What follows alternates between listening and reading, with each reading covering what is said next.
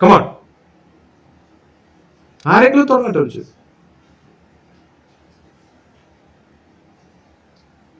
ഏതൊക്കെ ഒരു നമ്പർ വേണം. Number 1. So your chance. Question. Ask the question. വേഗം.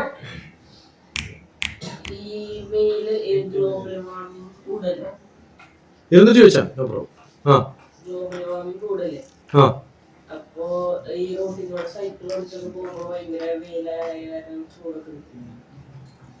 എന്താണ് ഗ്ലോബൽ വാർമിംഗ്?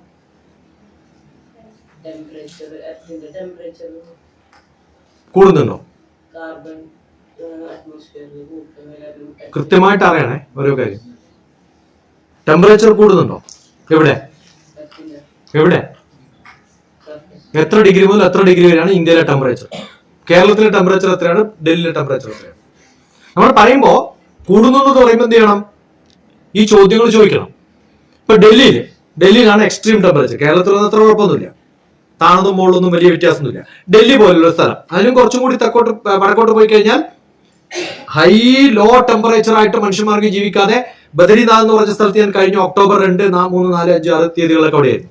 ഒക്ടോബർ 15 ആകുമ്പോഴത്തേക്കും ഐസ് ആയതുകൊണ്ട് എല്ലാവരും വെക്കേറ്റ് ചെയ്യും. ആകെ 6 മിലിറ്ററിക്കാരെ ഉണ്ടാവുള്ളൂ. ചൈന ബോർഡറിൽ നിന്ന് 30 കിലോമീറ്റർ ദൂരെയാണ്.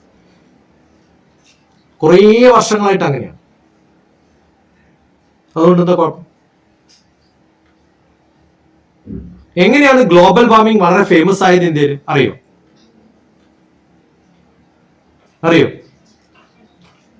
Anybody knows why global warming is so famous in India? Not India, whole world. Why is it so famous? When it started? 2 cinema ആണ്. Okay, the inconvenient truth. എന്താണ് സിനിമ? അപ്പൊ വെറുതെ നമ്മൾ ചോദ്യം ഉണ്ടെങ്കിൽ എന്റെ അടുത്ത് വന്ന് ചോദിക്കേണ്ട കാര്യമില്ല, ഗൂഗിൾ ചെയ്യാം. അതുകൊണ്ട് എല്ലാ പിള്ളേരും കുറെ മണിക്കൂറുകൾ ഇതിൽ ഉപയോഗിക്കുന്നതിൽ എനിക്ക് ഒരു കുഴപ്പമില്ല. ഞാനത് വേണമെന്ന് പറയുന്ന ഒരാളാണ്. പക്ഷേ അച്ഛനും അമ്മയ്ക്കും നിർബന്ധമായിട്ടും അരമണിക്കൂർ കഴിയുമ്പോൾ എന്താണ് ഞാൻ അരമണിക്കൂർ ഇതിൽ ചെയ്തതെന്നുള്ളതിന്റെ റിപ്പോർട്ട് കൊടുക്കണം. സംഭവം തീർന്നു. ഉപയോഗിക്കേണ്ടെന്ന് പറയണ്ട, ഉപയോഗിച്ച മക്കളെ. പക്ഷെ അരമണിക്കൂർ കഴിയുമ്പോൾ ആ അരമണിക്കൂർ എന്താണ് ഇതിൽ നിന്ന് പഠിച്ചതെന്ന് എന്നെയും കൂടി പഠിപ്പിക്കും. സംഭവം കഴിഞ്ഞില്ലേ? അപ്പൊ എന്ത് ചെയ്യും? ഗ്ലോബൽ വാർമിംഗ് ഏതിലാ തുടങ്ങിയത്? The inconvenient truth. ആ സിനിമ ഉണ്ടാക്കിയത് ആരാണ്?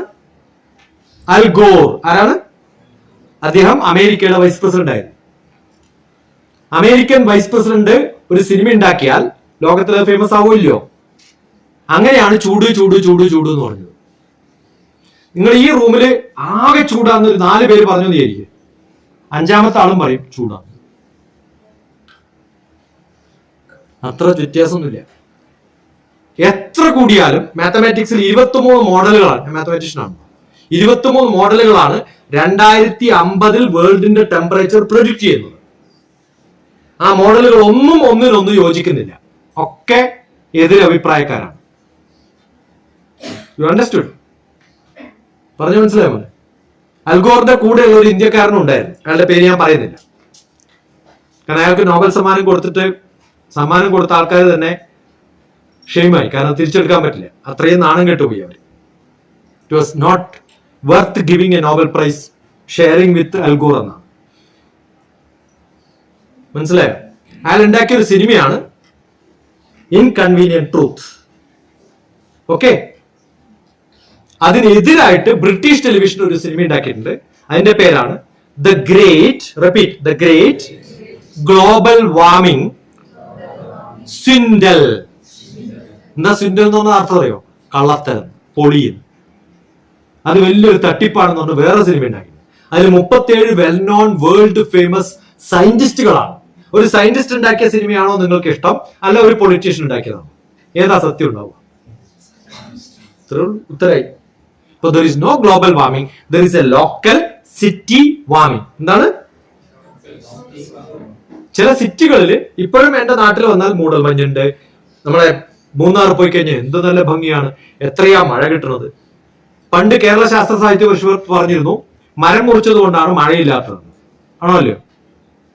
അപ്പൊ നമ്മുടെ നാട്ടില് വളപട്ടണം പ്ലൈവുഡ് നടത്തുന്ന നമ്മുടെ മാപ്പിളയുണ്ട്. അയാൾ ചോദിച്ചു, നിങ്ങൾ എപ്പോഴെങ്കിലും കടലിൽ പോയിട്ടുണ്ടോ? പക്ഷെ ഇല്ല. എന്നാ പോയി നോക്ക് ആടെ എന്താ മഴ എന്നറിയാം. ആടെ മരം ഉണ്ടായിട്ടാ മഴ പെയ്യണേ. മനസ്സിലാവുണ്ടോ? ചൂട് കൂടുമ്പോ എന്ത് പറ്റും? വെള്ളം ആവിയായിട്ട് പോവില്ലയോ? ആവിയായിട്ട് പോയാൽ അതവിടെ നിൽക്കുമല്ലോ, തിരിച്ചു വരുമോ? തീർന്നു. അപ്പൊ മഴ കിട്ടില്ലേ? മഴ കിട്ടുമ്പോ എന്ത് ചെയ്യും? ചൂട് കുറയും. ഇതൊരു സ്വാഭാവിക ഒരു പ്രതിഭാസമാണ്. 1970-കളിലെ there is a beautiful movie which says Frozen World. എന്താണ്? അന്ന് കാലത്ത് ടെമ്പറേച്ചർ കുറച്ച് കുറഞ്ഞപ്പോ എല്ലാവരും പറയാൻ തുടങ്ങി, എന്ത് ചെയ്തു?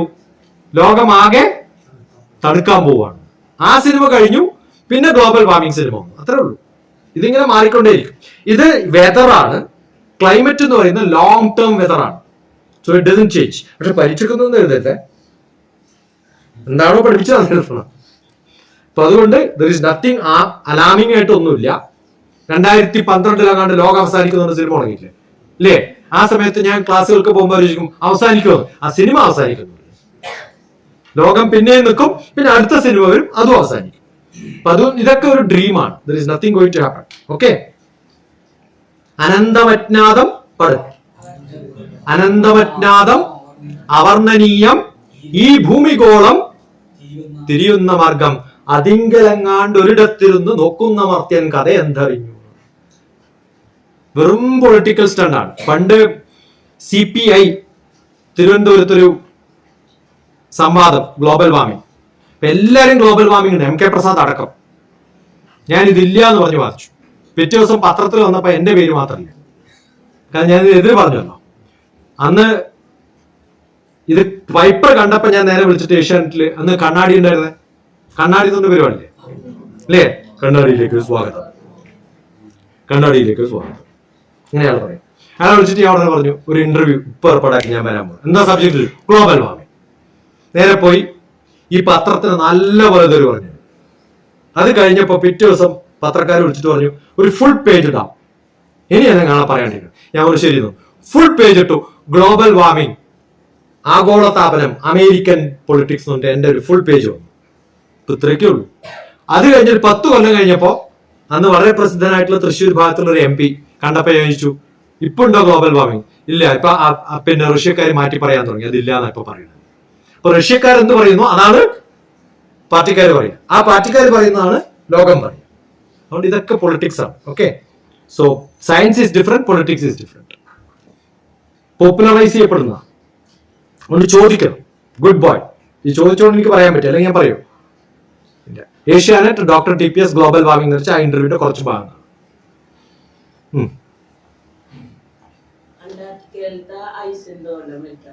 അന്റാർട്ടിക്കയില് ഐസ് മെൽറ്റ് ആവുന്നുണ്ട്.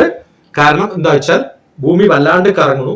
ഐസ് എന്ന് പറയുന്നതിന്റെ ടെമ്പറേച്ചർ മാത്രമല്ല, there is A thermo ഹലൈൻ ferro magnetic fluid ആണ്. എന്താണ്?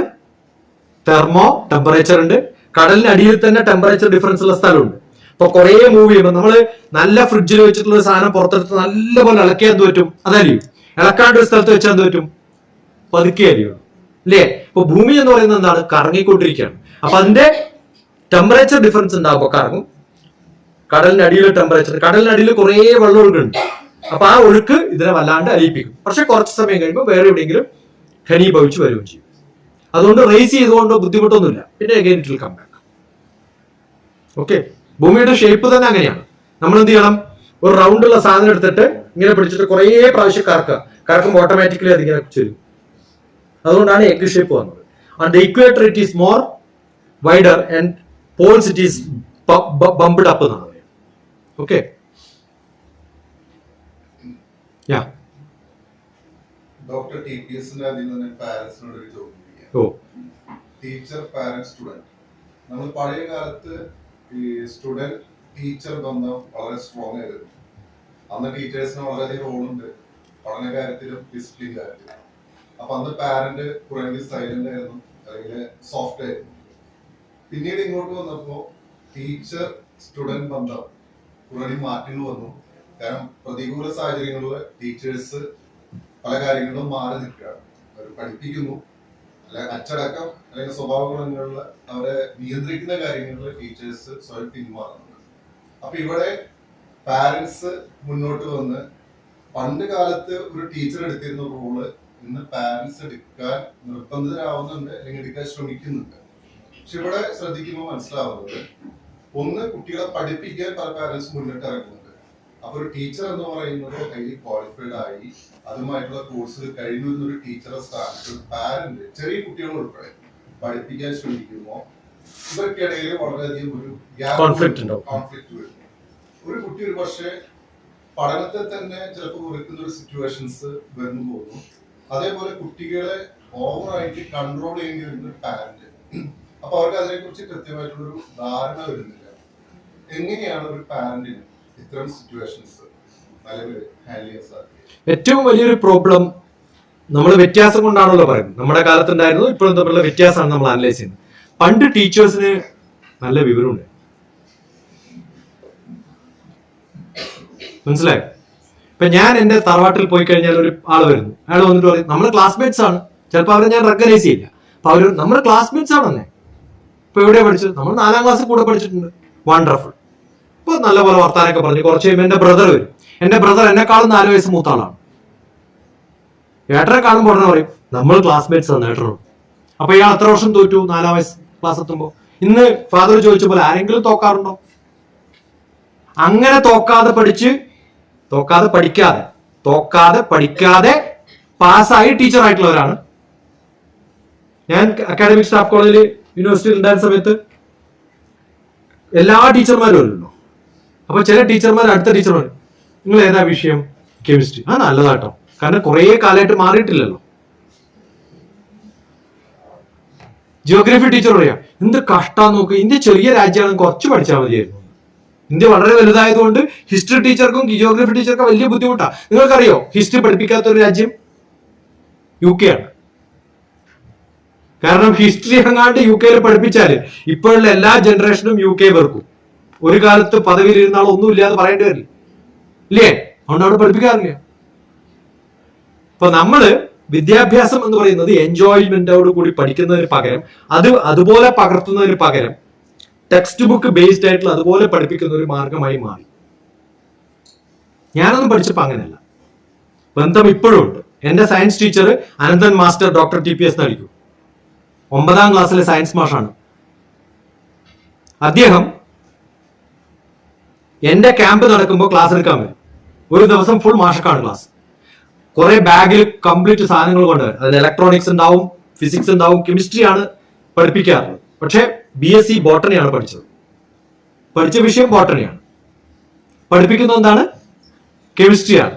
ഇന്ന് എന്റെ ക്ലാസ് എടുക്കാൻ വരുമ്പോൾ മിക്കവാറും എഞ്ചിനീയേഴ്സ് ആയതുകൊണ്ട് ഞാൻ മാഷോട് പറയും ഫിസിക്സ് പഠിപ്പിച്ചാണ്. അപ്പൊ ഫിസിക്സ് ഉള്ള 2 ബാഗും കൊണ്ടുവരും. എക്സ്പെരിമെന്റ്സ് കാണിച്ചു കൊടുത്ത് ഫിസിക്സ് പഠിപ്പിക്കും. സംസ്കൃതം അസലായിട്ട് ചൊല്ലും, മലയാളം അസലായിട്ട് പഠിപ്പിക്കും. ഇംഗ്ലീഷോ ഫാന്റാസ്റ്റിക് ഇംഗ്ലീഷ്. ഇന്നത്തെ ടീച്ചർമാർ എത്ര ഉണ്ടാവും നിങ്ങൾക്ക് അങ്ങനെ കാണിച്ചു കൊടുക്കാൻ പറ്റും?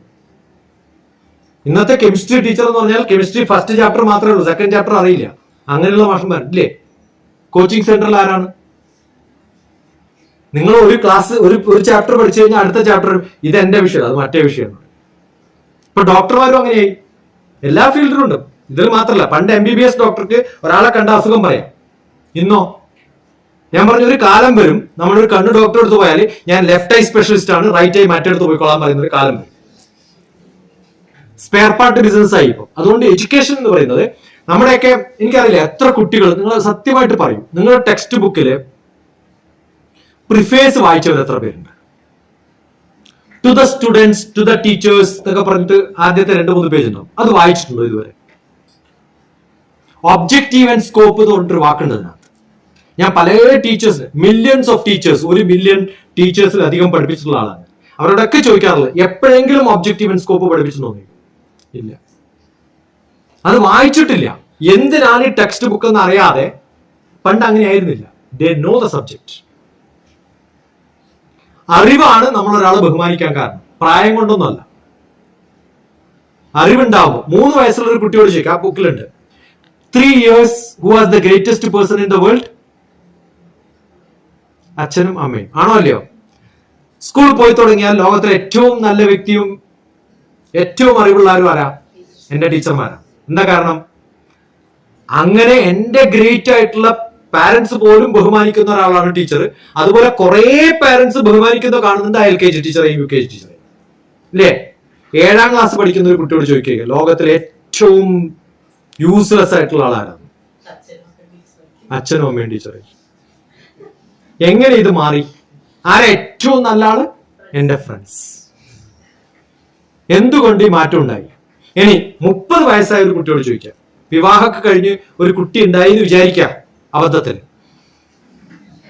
ആ സമയത്ത് മോളോട് ചോദിക്കുക ലോകത്തിലെ ഏറ്റവും വലിയ വ്യക്തിയാണ്, അതെന്റെ അമ്മയാണെന്ന് പറയും. അപ്പോഴാ മനസ്സിലാവുക അമ്മയാവണം എന്നുള്ളത് വലിയൊരു ബുദ്ധിമുട്ട് പിടിച്ച പണിയാണ്. കുട്ടിയെ നോക്കണം എന്നുള്ളത് ബുദ്ധിമുട്ട് പിടിച്ചാണ്. അതുകൊണ്ട് ഇങ്ങനെ ഒരു അമ്മയാവണമെങ്കിൽ, ഇങ്ങനെ ഒരു കുട്ടിയെ നോക്കിയിട്ടുണ്ടെങ്കിൽ എന്നെയും അങ്ങനെ നോക്കിയിട്ടുണ്ടല്ലോ എന്ന് മനസ്സിലാവും. ആ ബുക്കിൽ എഴുതിയിട്ടുണ്ട്, റിയലൈസ് യുവർ പാരന്റ്സ്. 54 വയസ്സാകുമ്പോഴാണ് ചിലപ്പോൾ മനസ്സിലാവുക, ഓ ഞാൻ എൻ്റെ അമ്മയെയും അച്ഛയെയും സ്നേഹിക്കാൻ മറന്നുപോയല്ലോ. അപ്പോഴത്തേക്കും അവർ കൃഷ്ണരാമ ഗോവിന്ദ അടിച്ചു പോയിട്ടുണ്ടോ? അതുകൊണ്ട് ലവ് യുവർ പാരന്റ്സ് ടുഡേ എന്നാണ് ഞാൻ പഠിപ്പിക്കാറുള്ളത്. അപ്പൊ പാരന്റ്സിനെ നമ്മൾ എന്തുകൊണ്ടാണ് ബഹുമാനിച്ചിരുന്ന അന്ന് കാലത്ത്? അവർക്ക് എന്നെക്കാളും വിവരമുള്ളതുകൊണ്ടാണ്. ഇന്ന് കുട്ടികൾക്കാണോ വിവരം, പാരന്റ്സിനാണോ? സത്യം പറ, കുട്ടികൾക്കാണ് വിവരം. നിങ്ങൾക്കൊരു ഫോൺ മേടിച്ചു കഴിഞ്ഞാല് മോളെ ഇത് എങ്ങനെയാ ഒന്ന് ചെയ്ത് കാണിച്ചു തരുമോ? അപ്പൊ എല്ലാം ചോദിക്കുന്നത് ആരോടാ? പിന്നെ ഇടക്കിടക്കേ വീട്ടിൽ പറയണ്ടാവും, പഠിച്ചിട്ട് എന്താ കാര്യം, വിവരമില്ലല്ലോ തനിക്കൊന്ന് ഹസ്ബൻഡ് വൈഫിനോടും വൈഫ് ഹസ്ബൻഡിനോടും പറയുന്ന ആൾക്കാർ അല്ലേ? കേൾക്കാറുണ്ടോ ഇല്ലയോ? ഹസ്ബൻഡ് എന്ന് പറഞ്ഞാൽ തന്നെ എന്താണ്? ഹസ്ബൻഡ് എന്നാണ്. ഹസ്ത് ബന്ധു വി ഹോ സക്താ എന്ന് പറയും. ചിലപ്പോ കൈ കെട്ടിയ പോലെയാണ്. മറ്റേയാളോ WIFE ആണോ? Wife very invited for ever. ഈ ഷണ്ടയാണ് സ്ഥിരം കാണുന്നത്. അപ്പൊ എങ്ങനെ അച്ഛനെയും അമ്മേനെയും ബഹുമാനിക്കുക? അതില്ല. ടീച്ചർമാരോ? പണ്ട് ടീച്ചർമാർ ഏത് സ്കൂൾ എടുത്താലും ഞാൻ പറഞ്ഞല്ലോ 5 ടീച്ചർമാരെങ്കിലും റോൾ മോഡലായിട്ട് നമുക്ക് കാണാൻ പറ്റും. Yes or no? ജൂനിയർ ആയിട്ട് ചേരുന്ന ഒരു ടീച്ചറോട് ബാക്കിയുള്ളവർ പറയും ആ മാഷോട് ചോദിക്കും, എല്ലാം പഠിപ്പിച്ചു തരും.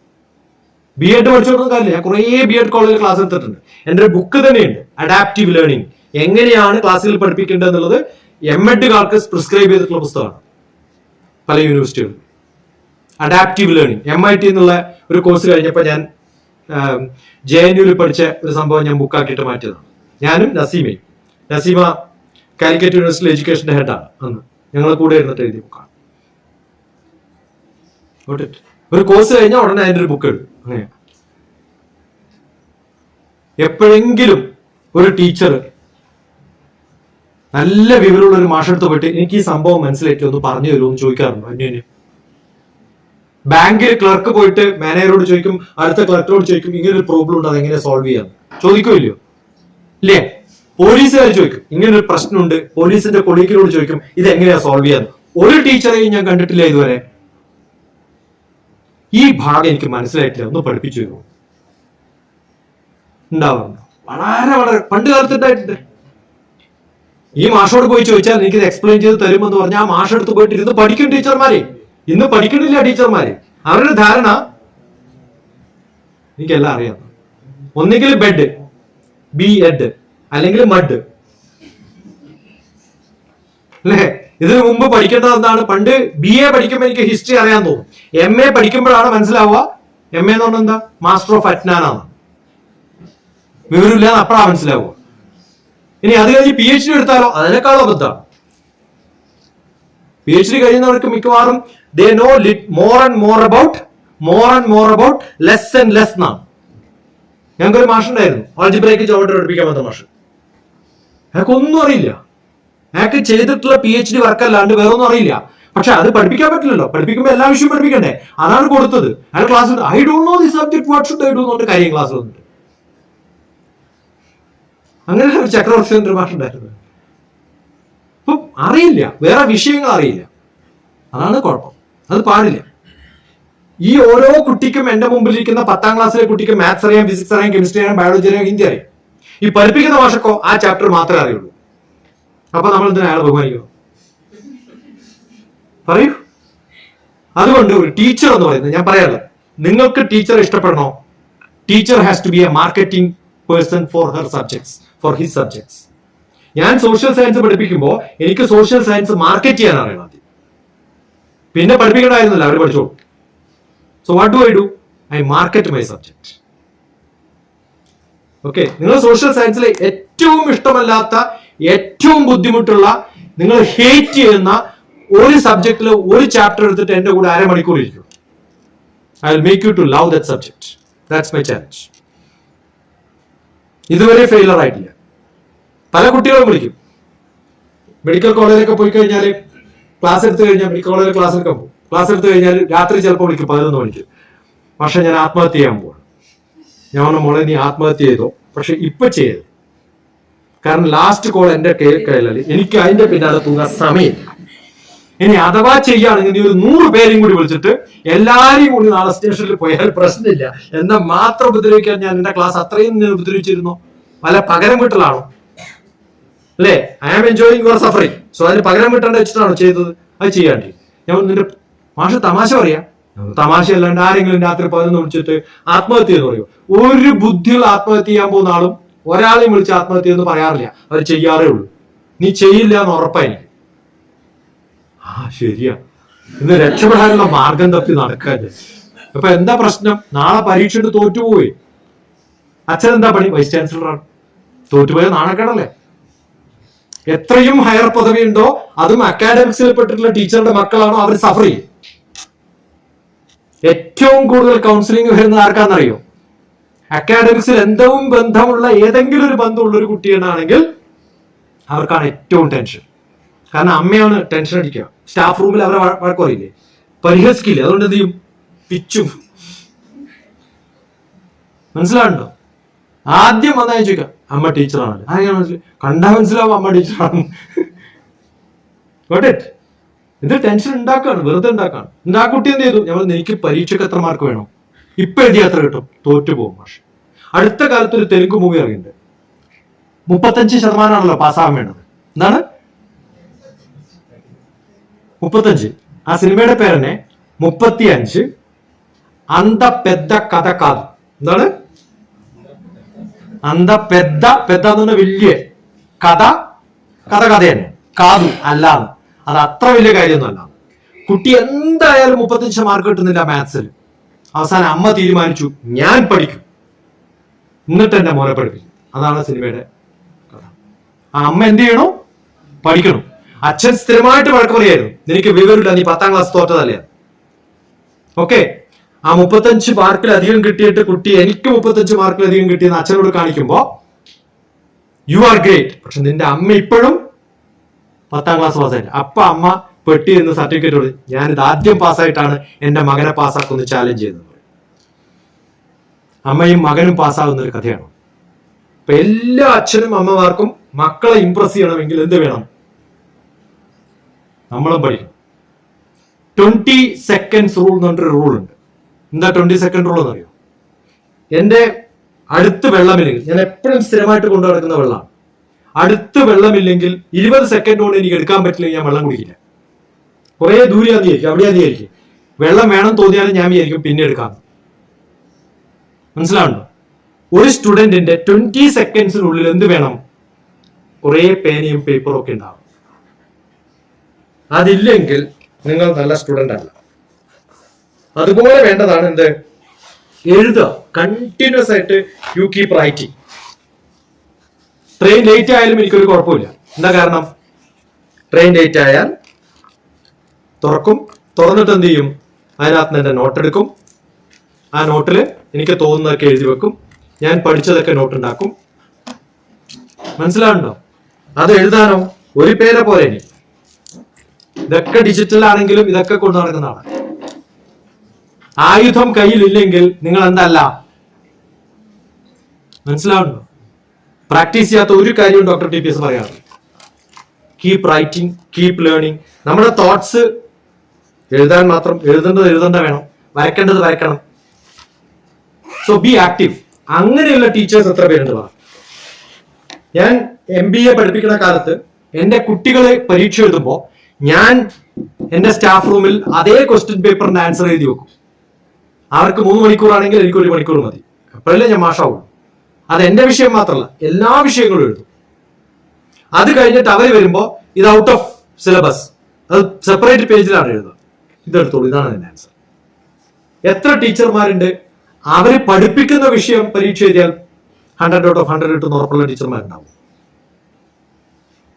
I doubt. പാലക്കാട് 2010 23 പ്രിൻസിപ്പൽമാരെ വിളിച്ചിട്ട് 23 പ്രിൻസിപ്പൽമാരെ വിളിച്ചിട്ട് നിങ്ങൾ കുട്ടികൾക്ക് എലോക്യൂഷൻ കോമ്പറ്റീഷന് കൊടുക്കാൻ പറ്റുന്ന വിഷയം ഒരു പേപ്പറിൽ എഴുതി തരാൻ പറഞ്ഞു. സാധാരണ കൊടുക്കുന്ന ഒരു വിഷയം എഡ്യൂക്കേഷനായിട്ട് ബന്ധപ്പെട്ടതാണ്. അതിൽ 17 പേരുടെ എഡ്യൂക്കേഷന്റെ സ്പെല്ലിംഗ് തെറ്റായിരുന്നു. A+ കിട്ടിയ കുട്ടികൾക്ക് സമ്മാനം കൊടുക്കുമ്പോൾ ചുമ്മാ ചോദിച്ചതാ സർക്കിളിന്റെ സ്പെല്ലിംഗ് എന്നാണ്. A+ എല്ലാത്തിലും ഉണ്ട്, ഇംഗ്ലീഷിലടക്കം.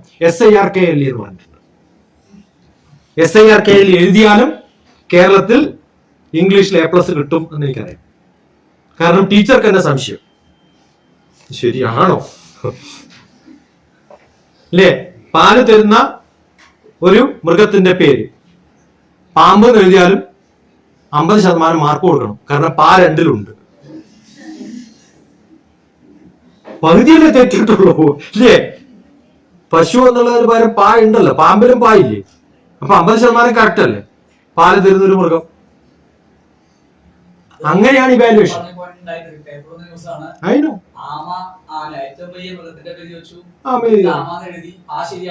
പകുതി മാർക്ക്. ഞാൻ വെറുതെ പറഞ്ഞതല്ല, അങ്ങനെ കൊടുത്തിട്ടാണ് പാസ്സാവുന്നത്. ഞാൻ എഞ്ചിനീയറിംഗ് കോളേജിന്റെ എക്സിക്യൂട്ടീവ് ഡയറക്ടർ ആയിരുന്നു കേരളത്തില്. എൻട്രൻസ് എക്സാം ക്വാളിഫൈഡ് ആയിട്ടുള്ളവർക്ക് അഡ്മിഷൻ കൊടുക്കുള്ളൂ. പിള്ളേരില്ല എഞ്ചിനീയറിംഗ് കോളേജിൽ, എല്ലാവരും പാസ്സാവണ്ടേ? അതുകൊണ്ട് എന്ത് ചെയ്തു? എക്സാമിനേഷൻ എഴുതിയവരൊക്കെ 30% മാത്സിൽ കിട്ടിയാലും ചേരാന്നായി. അപ്പോഴും ആളില്ല. അവസാനം 2013 റൂൾ എന്തായിരുന്നു അറിയോ? ഹോൾ ടിക്കറ്റ് കിട്ടിയവർക്കൊക്കെ അഡ്മിഷൻ കൊടുക്കാം. അങ്ങനെ എഞ്ചിനീയറിംഗ് കോളേജിൽ ഫില്ല് ചെയ്തിട്ടുണ്ട്. വിദ്യാഭ്യാസം ഇല്ലാത്തതല്ല കുഴപ്പം, നല്ല വിദ്യാഭ്യാസം ഇല്ലാത്തതാണ് കുഴപ്പം. മനസ്സിലാണ്? അത് വേണം. ഇപ്പൊ M.Tech കഴിഞ്ഞ് IIT-യിൽ നിന്ന് ഞാൻ ഇന്റർവ്യൂ ചെയ്യുന്നവരോട് ചിലപ്പോൾ ചോദിക്കുന്ന ചോദ്യം വളരെ സിമ്പിൾ ചോദ്യമാണ്. വാട്ട് ഈസ് ഗ്രാവിറ്റി എന്ന് ചോദിക്കുക. എന്താണ് ചോദിക്കുക? What is gravity? പഠിച്ചിട്ടുള്ളവരും കേട്ടിട്ടുള്ളവരും. എന്താ ഗ്രാവിറ്റി? Force of attraction. ഫോഴ്സിന്റെ യൂണിറ്റ് എന്താണ്? ജൂളാണ്. ന്യൂട്ടൺ ആണ്. ആണോ? അട്രാക്ഷന്റെ ഫലം എന്താണ്? അല്ലെങ്കിൽ ഏതെങ്കിലും എക്സാമ്പിൾ പറയൂ.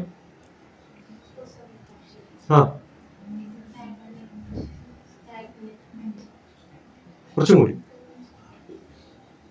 ഗ്രാവിറ്റി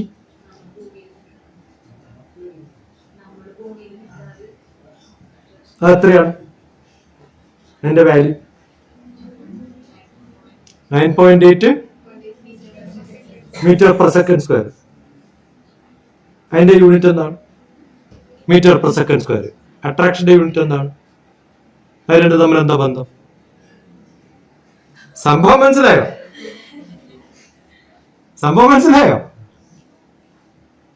എപ്പോഴും ആലോചിച്ചിട്ടുണ്ടോ എന്താണ് ഈ 9.8 metre per second square? Attraction എന്ന് പറയുന്നത്, ഗ്രാവിറ്റി എന്ന് പറയുന്നത് അട്രാക്ഷൻ തന്നെയല്ലേ ഗ്രാവിറ്റി അല്ലേ? ഫോഴ്സ് ഓഫ് അട്രാക്ഷൻ അല്ലേ? ഈ ക്ലാസ്സിലേക്ക് വരുമ്പോൾ നിങ്ങൾ എങ്ങനെയാ വന്നത്? ഓടി വന്നോ അല്ല പതുക്കെ നടന്നു വന്നോ? പതുക്കെ നടന്നു. പോകുമ്പോ എങ്ങനെ പോകും?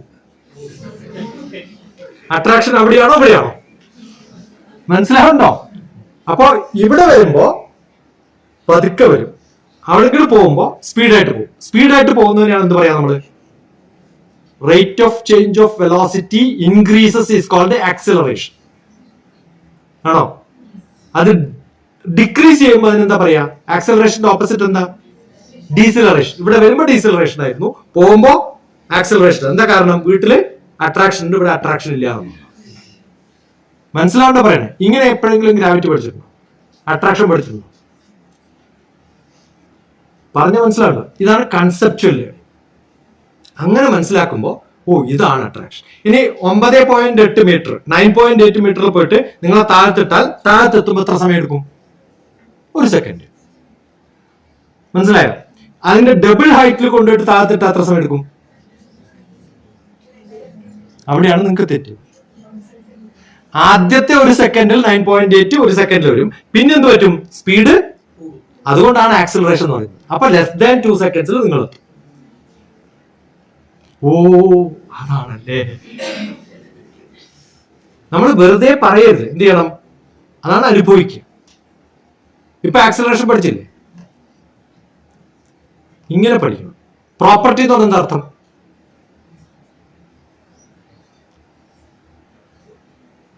പ്രോപ്പർട്ടി എന്ന് പറഞ്ഞ എന്താ അർത്ഥം?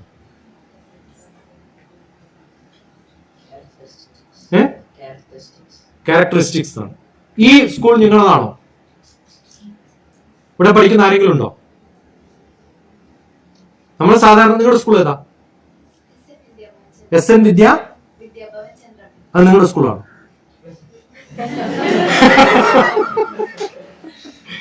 നമ്മൾ സാധാരണ പ്രോപ്പർട്ടി, ഇയാള് പ്രോപ്പർട്ടി എന്ന് പറയുന്നത് നമ്മുടെ ക്യാരക്ടർ അല്ലേ. സോൾട്ടിന്റെ പ്രോപ്പർട്ടി എന്താ? സോൾട്ടിനെസ്. കൊമേഴ്സ് ക്ലാസ്സിൽ നമ്മൾ പ്രോപ്പർട്ടി എന്ന് പറയുമ്പോൾ എന്താ പറ്റുക? Record document. അതുകൊണ്ടല്ലേ നിങ്ങൾ അല്ല എന്ന് പറഞ്ഞത്. പക്ഷെ എന്റെ സ്കൂൾ ആണെന്ന് പറയുന്നതിന്റെ ഒരു ബിലോങ്ങിങ്നെസ്സിനും പ്രോപ്പർട്ടി എന്നാ പേര്. ഇനി I get out of this place. എന്താ കാരണം? You are not my student. എന്താ കാരണം? You did not behave properly. Properly behave ചെയ്തിട്ടില്ലെങ്കിൽ നിങ്ങൾ ആരല്ല? എന്റെ സ്റ്റുഡന്റ് അല്ല. അപ്പൊ ഐ ഡിസോൺ യു. ഓണിങ് ആണ് പ്രോപ്പർട്ടി. എത്ര വ്യത്യസ്ത തരത്തിൽ നമുക്ക് ഉപയോഗിക്കാം. ഇന്ന് മുതൽ ഓരോ വാക്കുകളും എടുക്കാം നിങ്ങളുടെ സബ്ജക്റ്റില്. മക്കൾ മാത്രം എടുത്താൽ പോരാ, അമ്മമാരും അച്ഛന്മാരും എടുക്കാം. അച്ഛന്മാരെ വിട്ടേക്ക്. വീട്ടിന് പുറത്തു പോയി കഴിഞ്ഞാൽ അവർ ശ്രദ്ധിക്കാറില്ല മക്കൾ. അതുകൊണ്ട് എല്ലാ അമ്മമാരും ഇന്നു മുതൽ മക്കൾ പഠിക്കുന്ന സബ്ജക്ട് അതുപോലെ പഠിക്കണം. അരമണിക്കൂർ പഠിക്കാം, വേണ്ട 40 മിനിറ്റ്, അരമണിക്കൂർ, 20 മിനിറ്റ്, നിങ്ങളുടെ ചോയ്സ്. ഒരു ചാപ്റ്റർ എടുക്കുക, ബുക്ക് എടുക്കുക, ക്ലോസ് ചെയ്യുക. ബുക്ക് എടുത്തിട്ട് എന്ത് ചെയ്യണം? ക്ലോസ് ചെയ്യുക. ഓപ്പൺ ചെയ്യാനല്ല പറയണേ. എന്നിട്ട് ഏത് ചാപ്റ്റർ ആണ് പഠിക്കുന്നത് എഴുതുക. ഒരു നോട്ട്ബുക്ക് എടുക്കുക, എഴുതാം. ചാപ്റ്ററിന്റെ ഹെഡിങ് എഴുതാം. എത്ര പ്രാവശ്യം വായിക്കണത്? 3-4 പ്രാവശ്യം. അതിന്റെ അർത്ഥം കൃത്യമായിട്ട് മനസ്സിലാക്കുക. അർത്ഥം എവിടെ മനസ്സിലാക്കണം? ഡിക്ഷണറി പോയിട്ട്. സയൻസോ മാത്സോ കെമിസ്ട്രിയോ ഫിസിക്സോ ബയോളജിയോ സോഷ്യൽ സയൻസോ കൊമേഴ്സോ എന്ത് പഠിച്ചാലും കുഴപ്പമില്ല, ഡിക്ഷണറി മുമ്പിലുണ്ടാവും. അത് ഏതിലുണ്ടായാൽ മതി? ഇതിൽ. ഏറ്റവും നല്ല ഡിക്ഷണറി ഞാൻ കണ്ടിട്ടുള്ളത് wordhippo.com എന്നാണ്. ഇതൊരു കേട്ടിട്ടില്ല നമ്മള്? നല്ല കുട്ടികളായിരുന്നു. wordhippo.com. ഹിപ്പ് എന്ന് പറഞ്ഞാൽ എന്താ? ഈ ഭാഗല്ലേ. ഹിപ്പോ എന്ന് പറഞ്ഞാൽ എന്താ? ടിൽറ്റ് ചെയ്യണം. വേർഡിനെ എങ്ങനെ ടിൽറ്റ് ചെയ്യണം? ഡാൻസ് കളിക്കുന്ന പോലെ വേർഡിനെ ടിൽറ്റ് ചെയ്യാം. എന്നിട്ട് അതിന്റെ അർത്ഥം പഠിക്കാം. അതിന്റെ അർത്ഥം അവിടെ ഉപയോഗിക്കുന്ന വിധം പഠിച്ചാൽ പോരാ, എവിടെ ഉപയോഗിച്ചാലും എനിക്കറിയാവുന്ന പോലെ പഠിക്കണം. പിന്നെ ആ വാക്ക് നോക്കേണ്ടി വരുന്നത് ജമ്മത്തല്. മനസ്സിലാണ്? ഫാറ്റിന്റെ ഓപ്പോസിറ്റ് എന്താ? Antonym for fat. ഫാറ്റ്. ഉറപ്പല്ലേ? 0 മാർക്ക് കിട്ടും. തിന്നിന്റെ ഓപ്പോസിറ്റ് എന്താ? തീർന്നു. തെറ്റാണെന്ന് ഇപ്പൊ മനസ്സിലായില്ലേ? പറഞ്ഞ മനസ്സിലായോ? എയുടെ ഓപ്പോസിറ്റ് ബി ആണെങ്കിൽ ബിയുടെ ഓപ്പോസിറ്റ് എ ആണെന്ന് പഠിച്ചിട്ടുണ്ടോ മാത്തമാറ്റിക്സിൽ? English learning is mathematics learning. Mathematics കൃത്യമായിട്ട് അറിഞ്ഞാൽ ഇംഗ്ലീഷ് അറിയാം. ഞാൻ നേരത്തെ പറഞ്ഞില്ലേ, സബ്ജക്ട് ആ സബ്ജക്റ്റ് അറിയില്ല, വേറെ സബ്ജക്ട് അറിയാത്തതുകൊണ്ടാണ് നല്ല ഭാഷ ആവാത്തത്. നല്ല ഇംഗ്ലീഷ് ടീച്ചർക്ക് നല്ലപോലെ ലോജിക്ക് വേണം. Logic is mathematics. Mathematics is also A language. Language of chemistry, physics, biology ആണ് മാത്തമാറ്റിക്സ്. അപ്പൊ ഞാൻ മാത്തമാറ്റിക്സിൽ നല്ലതാണെങ്കിൽ ഞാൻ എന്തിനും നല്ലതാവണം? എല്ലാ ലാംഗ്വേജിലും നല്ലതാണ്. ആ ലോജിക്കാണ് ഞാൻ നിങ്ങളെ 4 ഭാഷ പഠിപ്പിക്കാൻ പറ്റുന്നത്. I M A linguistic teacher because I M A mathematician, because I have logic. ഈ വേർഡ് ഹിപ്പോ നോക്കിയാൽ അർത്ഥം മനസ്സിലാവും. ഓക്കെ. തിന്നല്ലാത്ത വേറൊരു വാക്ക് പറയൂ. തിൻ പോലുള്ളൊരു വാക്ക്. സ്ലിം. തിൻ ബ്യൂട്ടി എന്ന് പറയൂ ആരെങ്കിലും?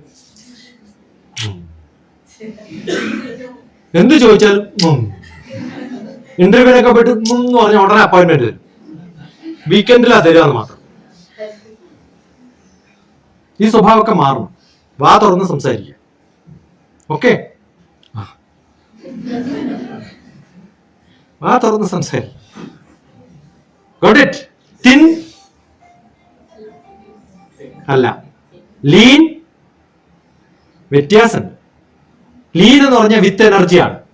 തിൻ എന്ന് പറഞ്ഞാൽ വിത്തൗട്ട് എനർജിയാണ്. അപ്പൊ വിത്ത് എനർജി ഫാറ്റ് ആയിട്ടുള്ള ഒരാൾ എന്താ വിളിക്കുക? നമ്മള് വൊക്കാബുലറി ഇംപ്രൂവ് ചെയ്യണം. സ്റ്റൗട്ട് എന്നാണ് പറയാ.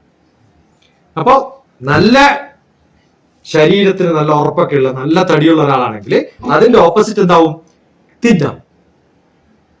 ഫാറ്റ് എന്ന് പറഞ്ഞാൽ ബൾക്കി ഒബേസ് ആണ്. അതിന്റെ ഓപ്പോസിറ്റ് സ്ലിം ആണ്.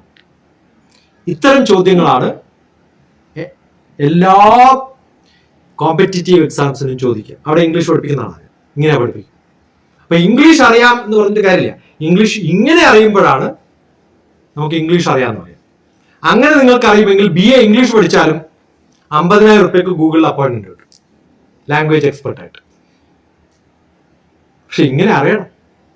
ഗൂഗിളിലൊക്കെ ഉപയോഗിക്കുമ്പോൾ തെറ്റുണ്ടായ കുടുങ്ങിയില്ലേ ഗൂഗിളുകാർ, അല്ലേ? അപ്പൊ അവിടുത്തെ ഇംഗ്ലീഷ് കറക്റ്റ് ചെയ്യുന്ന ആരാവണം? അതിനേക്കാളും അതിർക്കും മേലെ ആവണം. അങ്ങനെയുള്ള ഇംഗ്ലീഷിലാണ് നമ്മൾ ഈ ചോദ്യം ചോദിക്കുമ്പോൾ കറക്റ്റ് ആയിട്ട് നമുക്ക് കറക്റ്റ് ചെയ്ത് തരുന്നത്. കറക്റ്റ് ചെയ്ത് തരുന്നില്ലേ? ഈ ആരാ പഠിപ്പിക്കണേ? ഇങ്ങനെയുള്ള കുറെ പേരാണല്ലോ, അല്ലേ? മനസ്സിലാവുണ്ടോ? ആ ലെവലിലേക്ക് നമ്മൾ ഉയരണമെങ്കിൽ അങ്ങനെ ഇംഗ്ലീഷ് പഠിക്കണം. ഇപ്പൊ മനസ്സിലായോ എത്ര പഠിക്കാനുണ്ടെന്ന്? അങ്ങനെ പഠിക്കാനുള്ള ബോധം നമ്മൾ ഉണ്ടാവുമ്പോ നമ്മൾ മൊബൈലും TV ഒക്കെ കണ്ട് സമയം കളയോ? അപ്പൊ ഒരു കുട്ടിയെ നന്നാക്കണമെങ്കിൽ അവരെ 200% ബിസി ആക്കണം. ഇപ്പൊ ടീച്ചേഴ്സാണ് ബിസി, കുട്ടികൾ ഫ്രീ ആണ്. നേരെ തിരിച്ചാണ് ചെയ്യേണ്ടത്. ടീച്ചേഴ്സ് ഫ്രീ ആവണം, കുട്ടികൾ ബിസി ആവണം. മനസ്സിലായോ?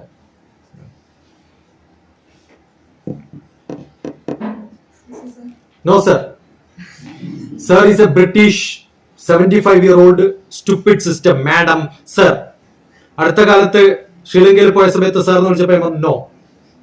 നിങ്ങളുടെ ഭാഷയിൽ അതിന് സബ്സ്റ്റിറ്റ്യൂട്ട് ആയിട്ട് എന്തെങ്കിലും ഉണ്ടോ? നമ്മുടെ ഭാഷ പോലും അറിയില്ല. ഉടനെ അവിടെ ഉത്തരം വന്നു. എന്താ അറിയാം? മഹാത്മാ എന്നാണ്. സിൻഹളയില് ഇപ്പൊ ഞാൻ പറഞ്ഞു ഭാരതത്തിൽ ഒരു മഹാത്മേ ഉള്ളൂ, ശ്രീലങ്കയിൽ എത്ര മഹാത്മാക്കളാണ്. അവർക്ക് ഭയങ്കര ഹാപ്പിയായി. അവരെല്ലാവരും അപ്പം മുതൽ എല്ലാവരും മഹാത്മാ മഹാത്മാ എന്നാണ് വിളിക്കുക. ആത്മാവിന് ലേഡി ജെൻഡർ ഡിഫറൻസ് ഒന്നുമില്ല. അതുകൊണ്ട് ചെറുപ്പത്തിൽ നമ്മളിപ്പോ വിളിച്ചു പഠിപ്പിക്കുന്നില്ല. അമേരിക്കയിലെങ്ങാണ്ട് പോയിട്ട് നിങ്ങളുടെ മക്കള് ബോസിനെ സാർ എന്ന് വിളിച്ച അപ്പ ടെർമിനേഷൻ ഇട്ടത്. കാരണം ബ്രിട്ടനും അമേരിക്കയും, മനസ്സിലായില്ലേ? ബ്രിട്ടീഷുകാർ പോലും ഇപ്പൊ വിളിക്കുന്നില്ല അന്യോന്യം. മിസ്റ്റർ ജോൺ, മിസ്റ്റർ പീറ്റർ എന്ന് വിളിച്ചിട്ടേ സംസാരിക്കുള്ളൂ. ദുബായിൽ എന്റെ ഒരു സുഹൃത്തിന് പോയിട്ട് സാർ എന്ന് വിളിച്ചപ്പോ come on come to the cabin എന്ന് വിളിച്ചു. എന്തോ സാർ എന്ന് വിളിച്ച് ഭയങ്കര ബഹുമാനമുള്ള ഉടനെ ലെറ്റർ കൊടുത്തിട്ടുണ്ട്, get out of this company. അമേരിക്കക്കാരാണ് doctor TPS. ഇപ്പൊ എന്താ സംഭവം എന്നറിയോ? നിങ്ങൾ ഏതെങ്കിലും സ്കൂളിൽ പോയിട്ട് പിന്നെ കുട്ടിയോട് കെമിസ്ട്രി ആരാ പഠിക്കുന്നത്? അത് കെമിസ്ട്രി സാർ. Biology madam. ഇവരുടെ പേരിന് ഒരു പ്രാധാന്യമില്ല, ബന്ധമില്ല എന്ന് പറഞ്ഞില്ലേ? എന്താ ബന്ധമില്ലാത്തത്? പ്രിൻസിപ്പളുടെ പേര് ചോദിച്ചാൽ അറിയാത്ത, 10 കൊല്ലം സ്കൂളിൽ പഠിച്ച് പ്രിൻസിപ്പളുടെ പേര് അറിയാത്ത എത്ര പേരുണ്ടെന്ന് അറിയോ? കാരണം ഒരിക്കലും പേര് കേട്ടിട്ടില്ല, വിളിച്ചിട്ടില്ല. ഡോക്ടർ TPS എന്ത് നല്ല പേരാന്ന് ആലോചിച്ചു. ആണോ അല്ലയോ? Yes sir. എല്ലാരും കൈ ഇങ്ങനെ വെക്കുക. ഇങ്ങനെ വെച്ചട്ടെ ഇത് കുറച്ച് ദൂരെ പിടിച്ചിട്ട് ഫാസ്റ്റ് ആയിട്ട് ഒന്ന് അടുപ്പിച്ചാൽ മതി. അത് സ്വന്തം ചെയ്തു കഴിഞ്ഞാൽ കുറച്ച് കഴിയുമ്പോൾ ശരിയാവും. പറയും ചോദ്യമാണ് ഡോക്ടർ TPS. അതെ.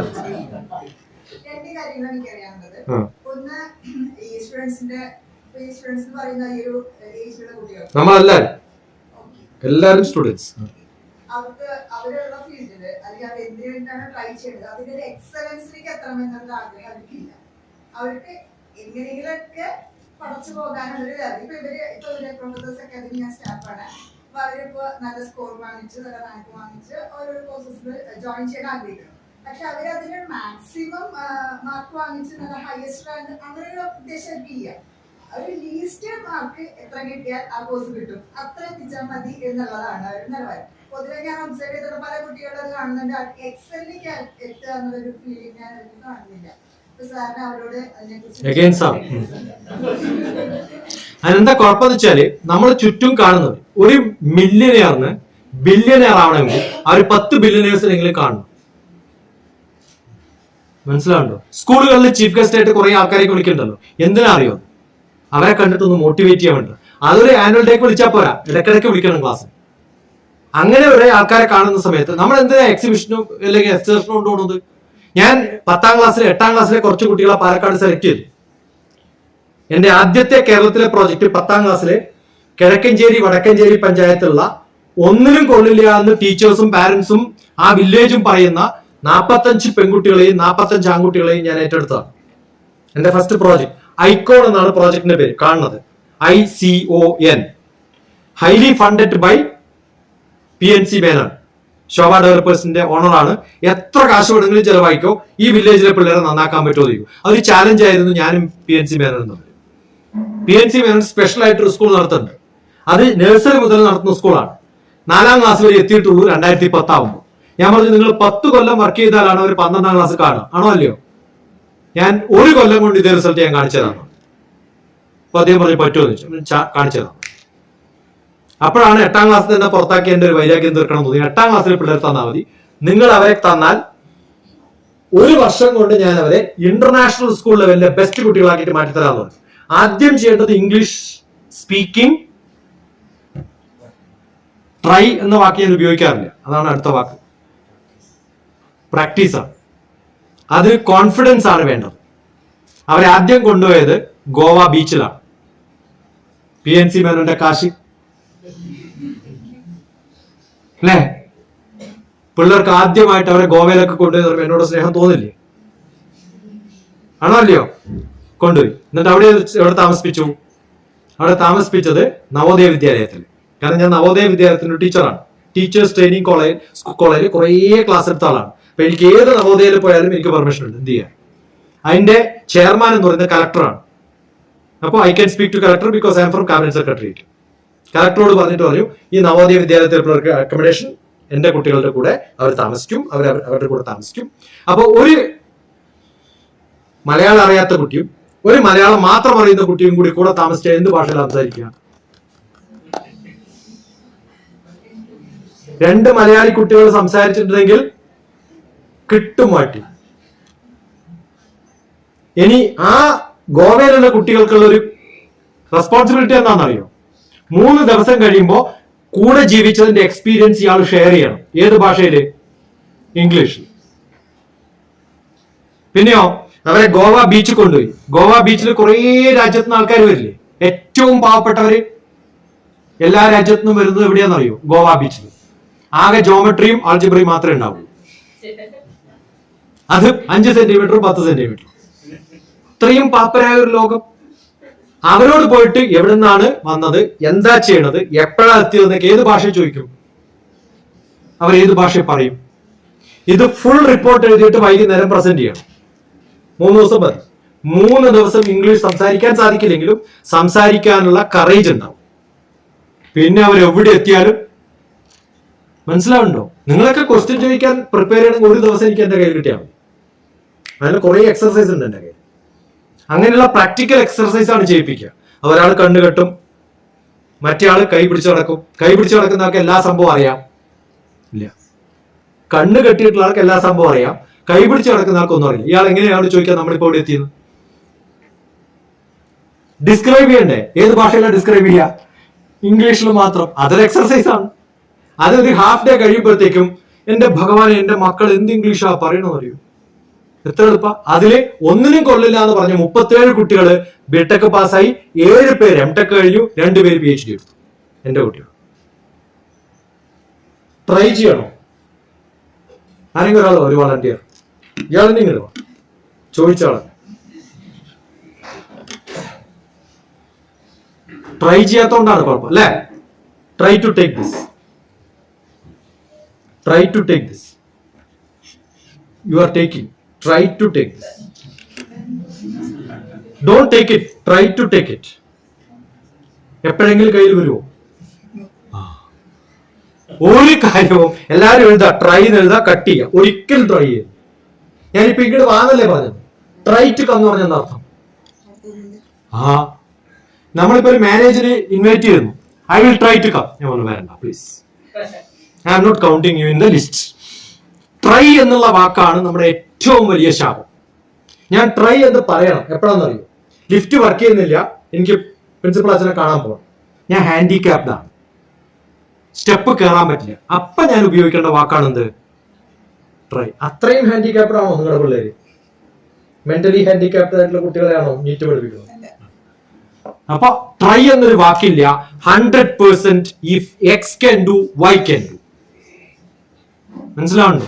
there is nothing called a try in the world. Just do it.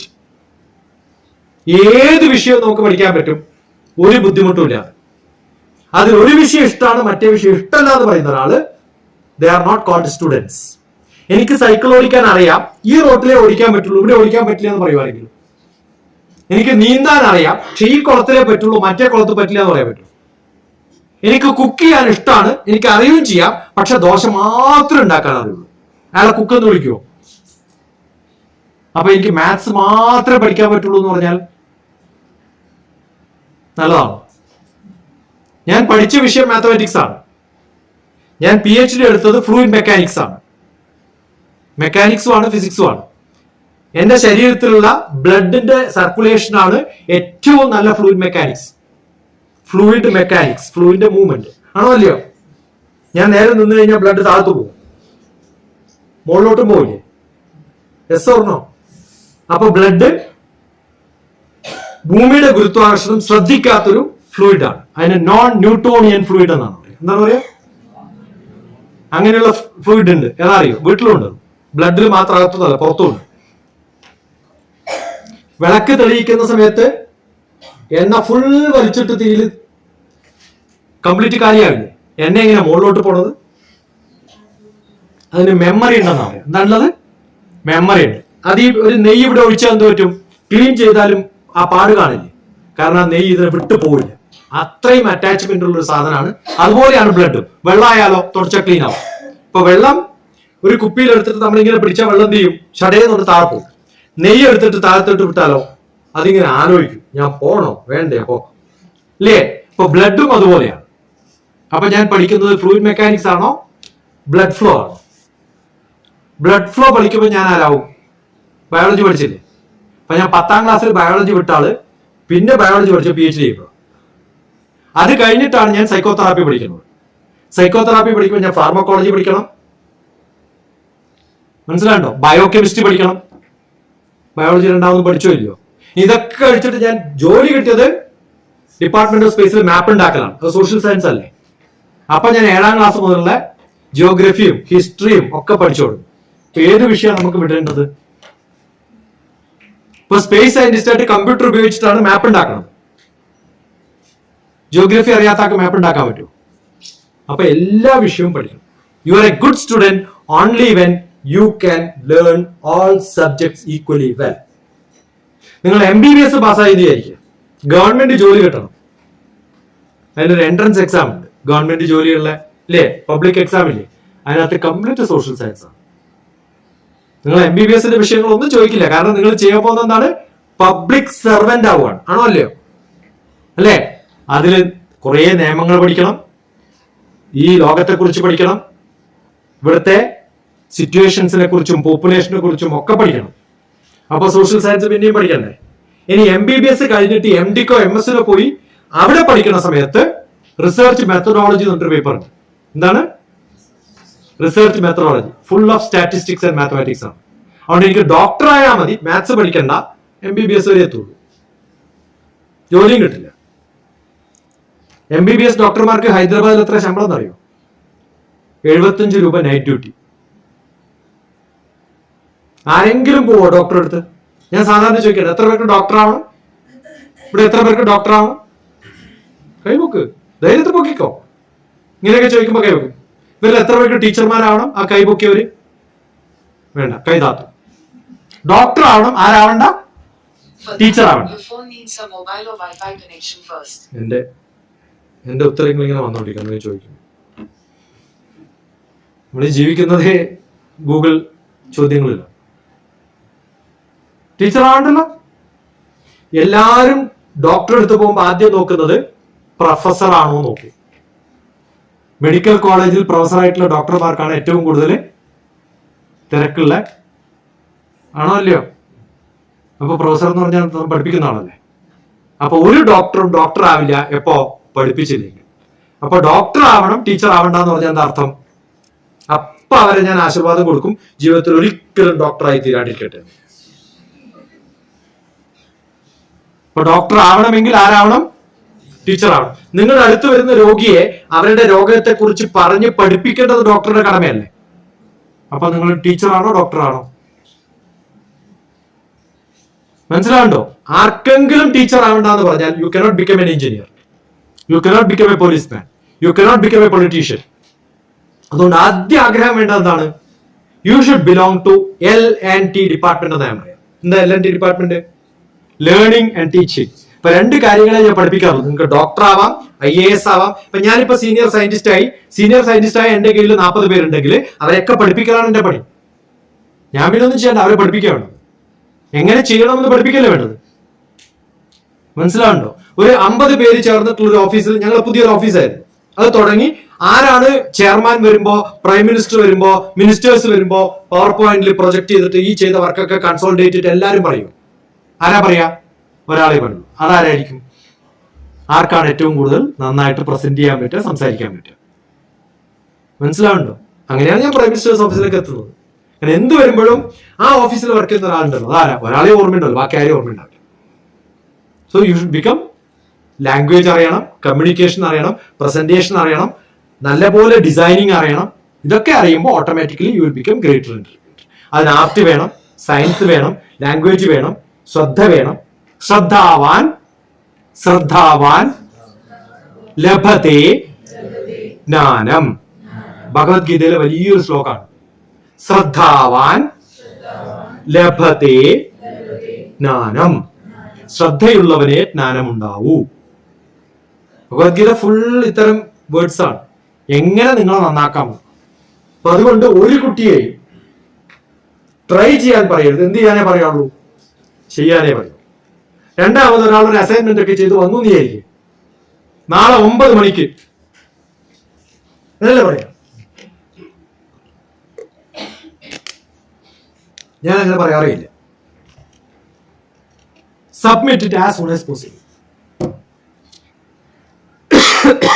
മനസ്സിലായോ? അപ്പൊ ആരാണോ ആദ്യം തരുന്നത് അവർക്ക് വെയിറ്റേജ് കൂടുതൽ. ലേറ്റ് ആയിട്ട് തരുന്നവർക്ക്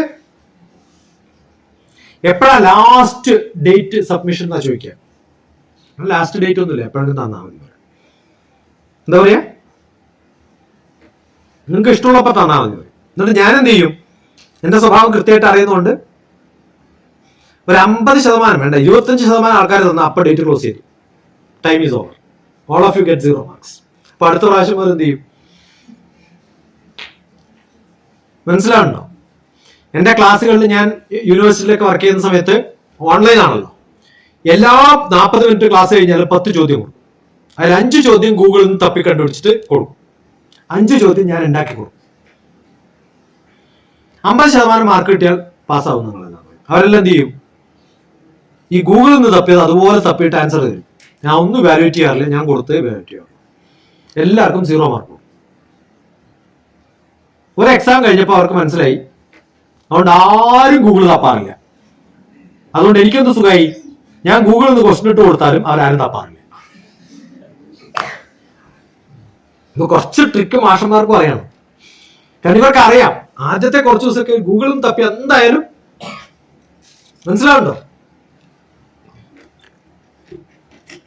അതുകൊണ്ട് സ്റ്റുഡൻസിനെ പഠിപ്പിക്കുമ്പോൾ നമ്മൾ നല്ല ട്രിക്കുള്ളവരാണ്.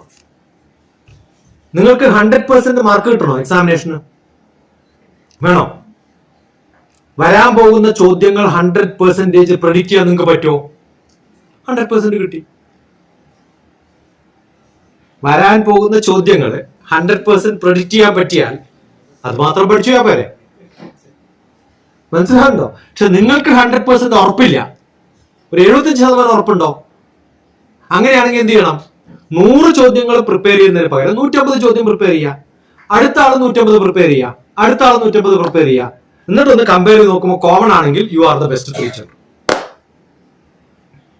ഇതാണ് മാക്സിമം മാർക്ക് കിട്ടാനുള്ള മെത്തേഡ്. അതൊക്കെ എളുപ്പം.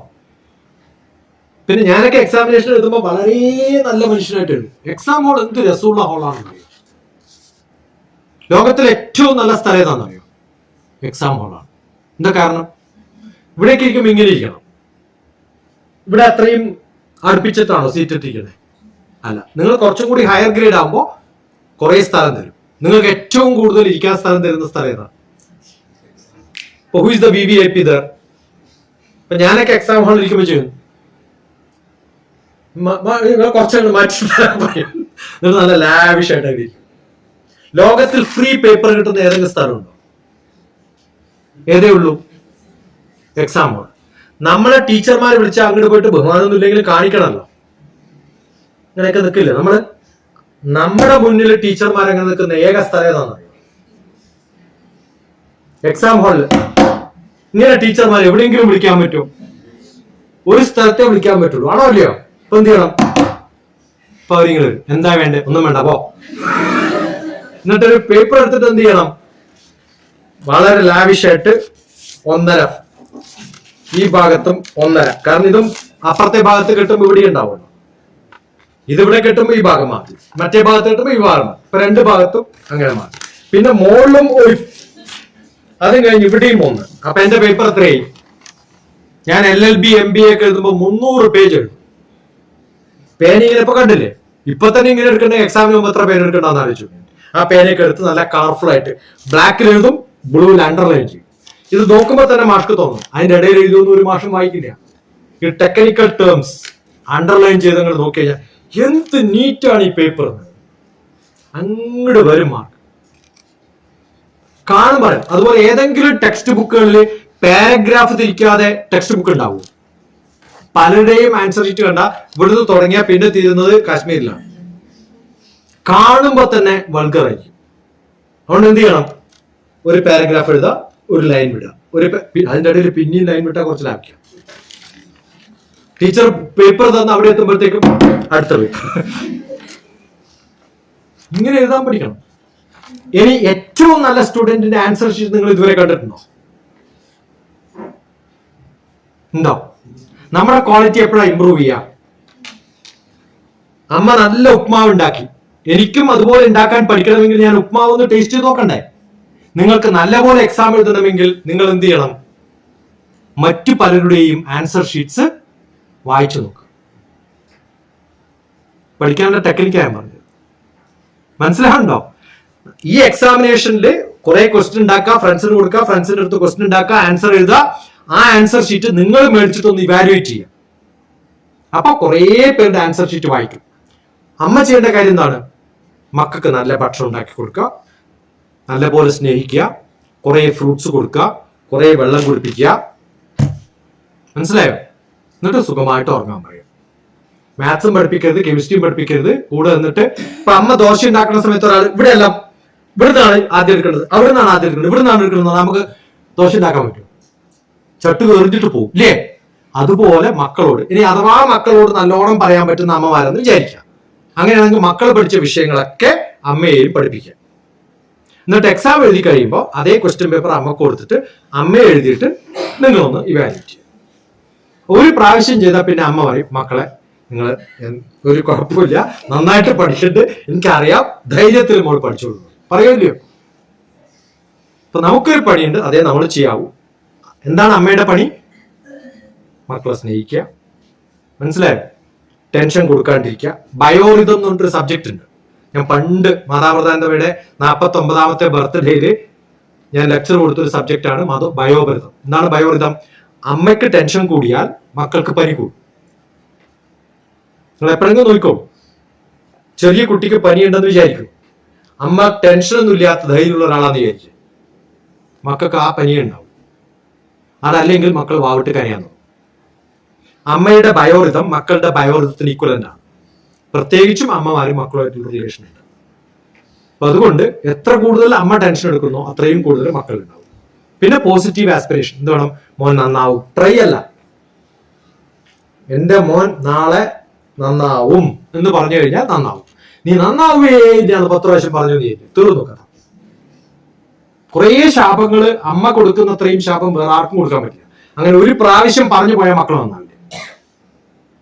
അതുകൊണ്ട് ഒരിക്കലും അമ്മമാര് മക്കളെ നെഗറ്റീവായിട്ട് പറയരുത്. എന്തേ ചെയ്യാവൂ? നാളെ നീ നന്നാവും. പഠിച്ചോളൂ. എൻ്റെ അമ്മ എന്നെ പഠിപ്പിച്ച വാക്കാണ്, നാളെ നീ നന്നാവും. മഹാവികൃതിയായിരുന്നു. അപ്പോഴും അമ്മ പറഞ്ഞത് നാളെ നീ നന്നാവും. അതുകൊണ്ട് ഞാൻ എന്തെങ്കിലും ഇന്നായിട്ടുണ്ടെങ്കിൽ എൻ്റെ ഒക്കെ ക്രെഡിറ്റ് എൻ്റെ ഏറ്റവും നല്ല ടീച്ചർ ആരാന്ന് വെച്ചാൽ എൻ്റെ അമ്മയാണ്. അമ്മ ചെറുപ്പത്തിൽ പറയായിരുന്നു, ക്ലാക്ക് ക്ലാക്ക് ക്ലിക്ക് എവിടെ നിന്നാണ് ഈ ശബ്ദം? സുരേഷ് തിരിഞ്ഞു നോക്കി, അതാ മുറ്റത്തൊരു മൈന, കറുപ്പ് നിറഞ്ഞ. മലയാളം ടെക്സ്റ്റ് ബുക്ക് ബൈഹാർട്ട് പഠിച്ചിട്ട് അമ്മ പറയിപ്പിക്കും. അമ്മ പണിയെടുത്തുകൊണ്ടിരിക്കും, ഞാൻ പിന്നാലെ പോയിട്ട് ക്ലാക്ക് ക്ലാക്ക് ക്ലിക്ക് പോകും. അങ്ങനെ ഒരു അമ്മ ഉണ്ടായാൽ പോലെ. ഓരോ അരമണിക്കൂർ കഴിയുമ്പോൾ ചോദിക്കാം. LKG പഠിക്കുമ്പോൾ കുട്ടിയോട് ചോദിക്കാറില്ലേ, ഇന്ന് എന്താ പഠിച്ച മക്കളെന്ന്? ഇല്ലേ? 11ാം ക്ലാസ് കഴിയുമ്പോൾ ചോദിക്കാറുണ്ടോ? ഇല്ല. അത് വേണം. അങ്ങനെ അമ്മയും എഡ്യൂക്കേറ്റഡ് ആവും. then the job is 2 മണിക്കൂർ. നിങ്ങൾ ചോദ്യങ്ങൾ ചോദിക്കാത്തതുകൊണ്ട് ഞാൻ എന്തൊക്കെയോ എടുത്തിട്ടുണ്ടാക്കി പറഞ്ഞു മാത്രം.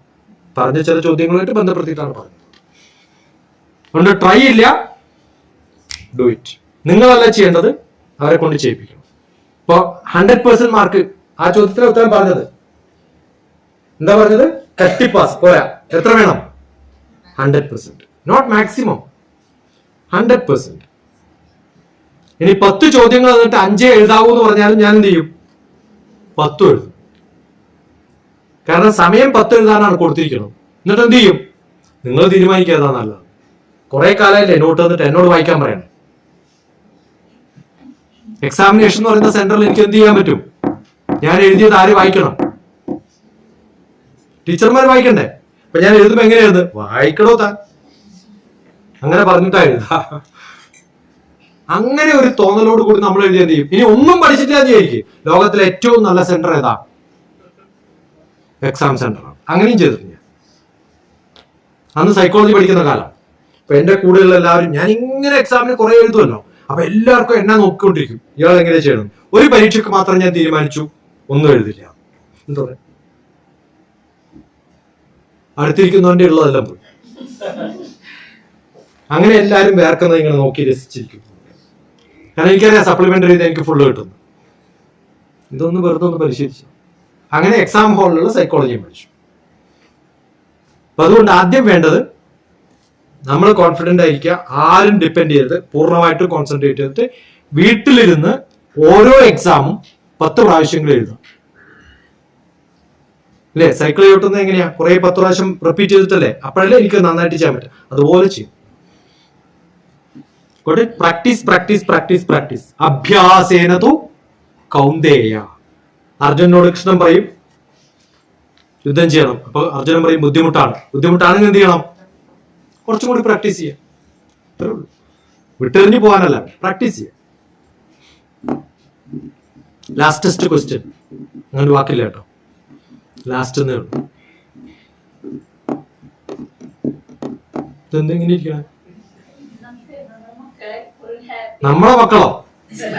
ഇതെങ്ങാണ്ട് യൂട്യൂബിൽ പോയി കഴിഞ്ഞാൽ നിങ്ങളുടെ മക്കൾ, എനിക്കൊരു ബന്ധുവില്ല അവിടെ. വാക്കുകളൊക്കെ കൃത്യമായിട്ട് ഉപയോഗിക്കുക. അല്ല നോം എന്നൊക്കെ പണ്ട് മഹാരാജാക്കന്മാര് പറഞ്ഞിട്ടുണ്ട് ഇല്ലേ? നിങ്ങളൊക്കെ സാക്ഷികളാണ്. ഇപ്പൊ ആദ്യമായിട്ടാ കാണുന്നത്. പറഞ്ഞോ. എന്റെ മോൻ, അങ്ങനെ പറയൂ. എന്റെ മോൻ. എന്റെ മോനാണോ മോളാണോ? ആ, എന്റെ മോനും എന്റെ മോനും. ആ, അയ്യോ, അങ്ങനെ ഒരിക്കലും പ്രാർത്ഥിക്കരുതേ. അല്ല, ഹാപ്പി ആയിട്ടിരിക്കരുത്. ഭ്രാന്തന്മാരാ അങ്ങനെയുള്ളത്. എപ്പോ നോക്കിയാല അച്ഛൻ മരിച്ചു. ആ, ഒരിക്കലും ഹാപ്പി ആയിരിക്കാൻ പാടില്ല. മനസ്സിലാവുണ്ടോ? ടെൻഷൻ വേണ്ട. എന്ത് വേണം? ടെൻഷൻ ഉണ്ടാവരുത്. പക്ഷെ എന്ത് വേണം? സ്ട്രെസ് വേണം. 2 വാക്കുകൾ വ്യത്യസ്തമാണ്. സ്ട്രെസ് എന്ന് പറഞ്ഞാൽ എനിക്ക് ട്രെയിൻ കിട്ടണമെങ്കിൽ ഞാൻ ഓടിപ്പോയാലേ കിട്ടുള്ളൂ. ആ ഓടുന്നതിനെയാണ് നമ്മൾ എന്താ പറയാ? സ്ട്രെസ്. അതിന്റെ ഓപ്പോസിറ്റ് ഡിസ്ട്രെസ് എന്നാണ്, ടെൻഷൻ. ടെൻഷൻ ആയാൽ എന്ത് പറ്റും? ഓടുന്നതിന് മുമ്പ് ഞാൻ വീണു പോകും. അപ്പൊ ട്രെയിൻ കിട്ടിയാലേ, അല്ലെങ്കിൽ മിസ്സാവും. അല്ലേ? വീഴില്ലല്ലോ. ഇതെന്ത് പറ്റും? നമ്മൾ ഇല്ലാണ്ടാവും.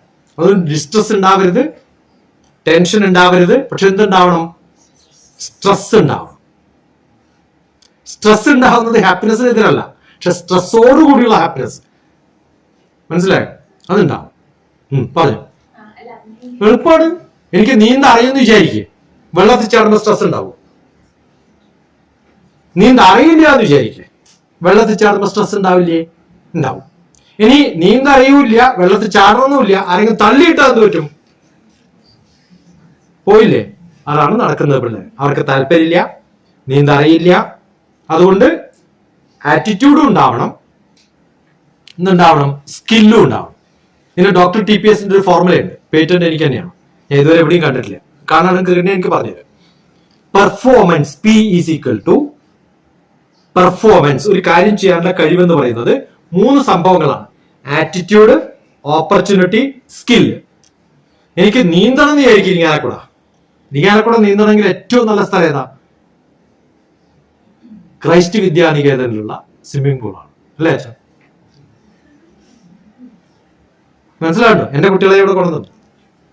എന്റെ വൈഫിന്റെ അനിയത്തിയുടെ മക്കളൊക്കെ ഇവിടെയാണ് പഠിച്ചത്, നീന്തം പഠിച്ചത്. നല്ല ബ്യൂട്ടിഫുൾ നീന്തക്കുളമാണ്. മനസ്സിലായോ? നല്ല കുളം വേണം. ഇനി നല്ല കുളം കൊണ്ട് അച്ഛനും അമ്മക്കും പഠിപ്പിക്കണം ആഗ്രഹമുണ്ട്, കുട്ടിക്ക് പഠിക്കണം ആഗ്രഹമില്ലെങ്കിൽ എന്ത് പറ്റും? നിങ്ങൾ എത്ര ട്രൈ ചെയ്താലും കുട്ടി പഠിക്കില്ല. ആ ട്രൈ അവിടെയാണ് ഉപയോഗിക്കുക. കാരണം അവർക്ക് താല്പര്യമില്ല. മനസ്സിലായോ? അപ്പൊ ആദ്യം വേണ്ടത് ആറ്റിറ്റ്യൂഡ് സെറ്റിംഗ്. ആറ്റിറ്റ്യൂഡ് ഉണ്ടാക്കാനാണ് ഹ്യൂമാനിറ്റീസ് എന്ന് പറയുന്ന സബ്ജക്ട്. നമ്മൾ പലരുടെയും ജീവചരിത്രം പഠിക്കുമല്ലോ. മഹാത്മാഗാന്ധിയുടെ ജീവചരിത്രം പഠിക്കുന്നു. എന്തിനാ പഠിക്കണത്? അതുപോലെ ആവണമെന്നൊരു ആഗ്രഹം ഉണ്ടാവാനാണ്. അത് പരീക്ഷ എഴുതാനല്ല. അങ്ങനെ നമ്മൾ ആഗ്രഹങ്ങൾ ജനിപ്പിക്കുമ്പോൾ ആറ്റിറ്റ്യൂഡ് മാറും. കുറെ മഹാത്മാക്കളെ കാണാം, അവരുടെ കൂടെ വർത്തമാനം പറയാ, അങ്ങനെയൊക്കെയാണ് വേണ്ടത്. ആ സമയത്ത് അതാവണമെന്നൊരു ആഗ്രഹം ഉണ്ടാവും. രണ്ടാമത് സ്കിൽ. അത് ഉണ്ടാവണമെന്നുണ്ടായിട്ട് കാര്യമില്ല, നീന്താനുള്ള കഴിവുണ്ടാവും. ഇനി നീന്താനുള്ള കഴിവും ആഗ്രഹമുണ്ട്, പക്ഷെ സ്വിമ്മിംഗ് പൂൾ ഇല്ല എന്ന് വിചാരിക്കും. ഞാൻ എന്ത് ചെയ്യും? അതുള്ള സ്ഥലത്തേക്ക് പോകും. എത്ര ദൂരം വേണമെങ്കിലും ഞാൻ പോകും. പോയില്ലേ?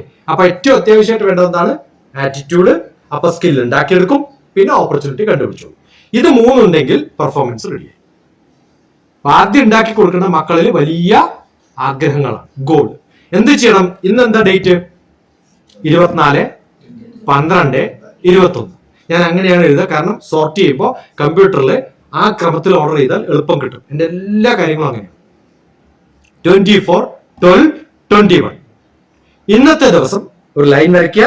ഞാൻ ഇന്നിവിടെ ഇന്നതാണ് പ്രായം, ഇന്നതാണ് എന്റെ ക്വാളിഫിക്കേഷൻ. 25, 26, 27, 28, 30, 32 ഒക്കെ ആകുമ്പോഴത്തേക്കും ഈ വർഷങ്ങളിലൊക്കെ ഞാൻ എവിടെ എത്തും? ഞാൻ എന്തൊക്കെ പഠിച്ചിട്ടുണ്ടാവും? എത്ര സർട്ടിഫിക്കറ്റ് എടുത്തിട്ടുണ്ടാവും? ഏത് സ്ഥലത്താണ് പഠിക്കുക? ഒരു ലൈൻ ഉണ്ടാക്കി വെക്കുക. ഞാനൊക്കെ ഇസ്രോയിൽ ജോയിൻ ചെയ്ത ദിവസം എന്റെ ടേബിളിന്റെ മുകളിൽ ഗ്ലാസ് ടോപ്പിന്റെ താഴത്ത് എഴുതി വെച്ചു, ഇന്ന ദിവസം ഞാൻ റിട്ടയർ ആവും.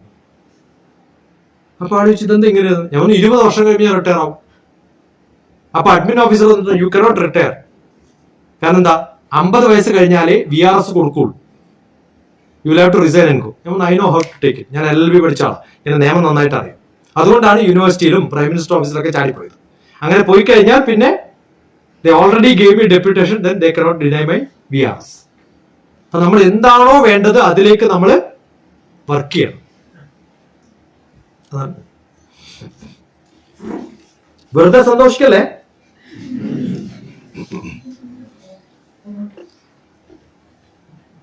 മൂന്ന് തരത്തിലുള്ള ആൾക്കാരാണ് സന്തോഷിക്കുന്നത്. Okay, learn. പഠിക്കുമ്പോൾ സന്തോഷിക്കുന്നവരൊക്കെ ഉത്തർപ്രദേശുകാരാണ്. ചിലർക്ക് മധ്യപ്രദേശിലാണ് സന്തോഷം, ഹാപ്പി. ചിലർക്ക് പവർ ആൻഡ് പൊസിഷനാണ്. ഞാൻ എന്ന് പറയുമ്പോൾ കിട്ടുന്ന ഒരു പൊസിഷൻ ഇല്ലേ, അതിലാണ് പ്രാധാന്യം. ചിലർക്ക് ബാക്കിയുള്ളവർ പറയുന്നത് വെക്കുന്നതിലാണ് പ്രാധാന്യം. അതാണ് ഭാരതീയ സങ്കല്പ പ്രകാരം ബ്രാഹ്മണ, ക്ഷത്രിയ, വൈശ്യ, ശൂദ്ര സുഖമാപ്നുയാത്. ഇവരൊക്കെ സുഖിക്കുന്നവരാണ്, പക്ഷെ വ്യത്യസ്ത തലത്തിലാണ് സുഖം എന്ന് മാത്രം. പഠിക്കുകയും പഠിപ്പിക്കുകയും L&D department, learn and teach. L&D company കേട്ടില്ലേ? Learn and teach. അപ്പൊ ബ്രാഹ്മണനാണെങ്കിൽ ഇവിടെ വർക്ക് ചെയ്യും, ക്ഷത്രിയനാണെങ്കിൽ ഏറ്റവും യുദ്ധം കൂടുതൽ നടന്നിട്ടുള്ളത് ഛത്തീസ്ഗഡിലും ഗുജറാത്തിലും രാജസ്ഥാനിലും പഞ്ചാബിലും ഒക്കെയാണ്. ഭാരതത്തിന്റെ സ്ഥിതി ഏതാണ്? മധ്യപ്രദേശിലാണ് ഏറ്റവും കൂടുതൽ ഭക്ഷണം ഉണ്ടാക്കുന്നത്. ശൂദ്രന്മാരാ കേരളീയർ. എപ്പോഴും സുഖം കിട്ടിയാൽ മതി. സ്പിരിറ്റ് അടിച്ചാൽ എന്ത് സുഖം. അതും പ്രത്യേകിച്ച് ഇരിങ്ങാലക്കുട ചാലക്കുടി ഭാഗത്ത്.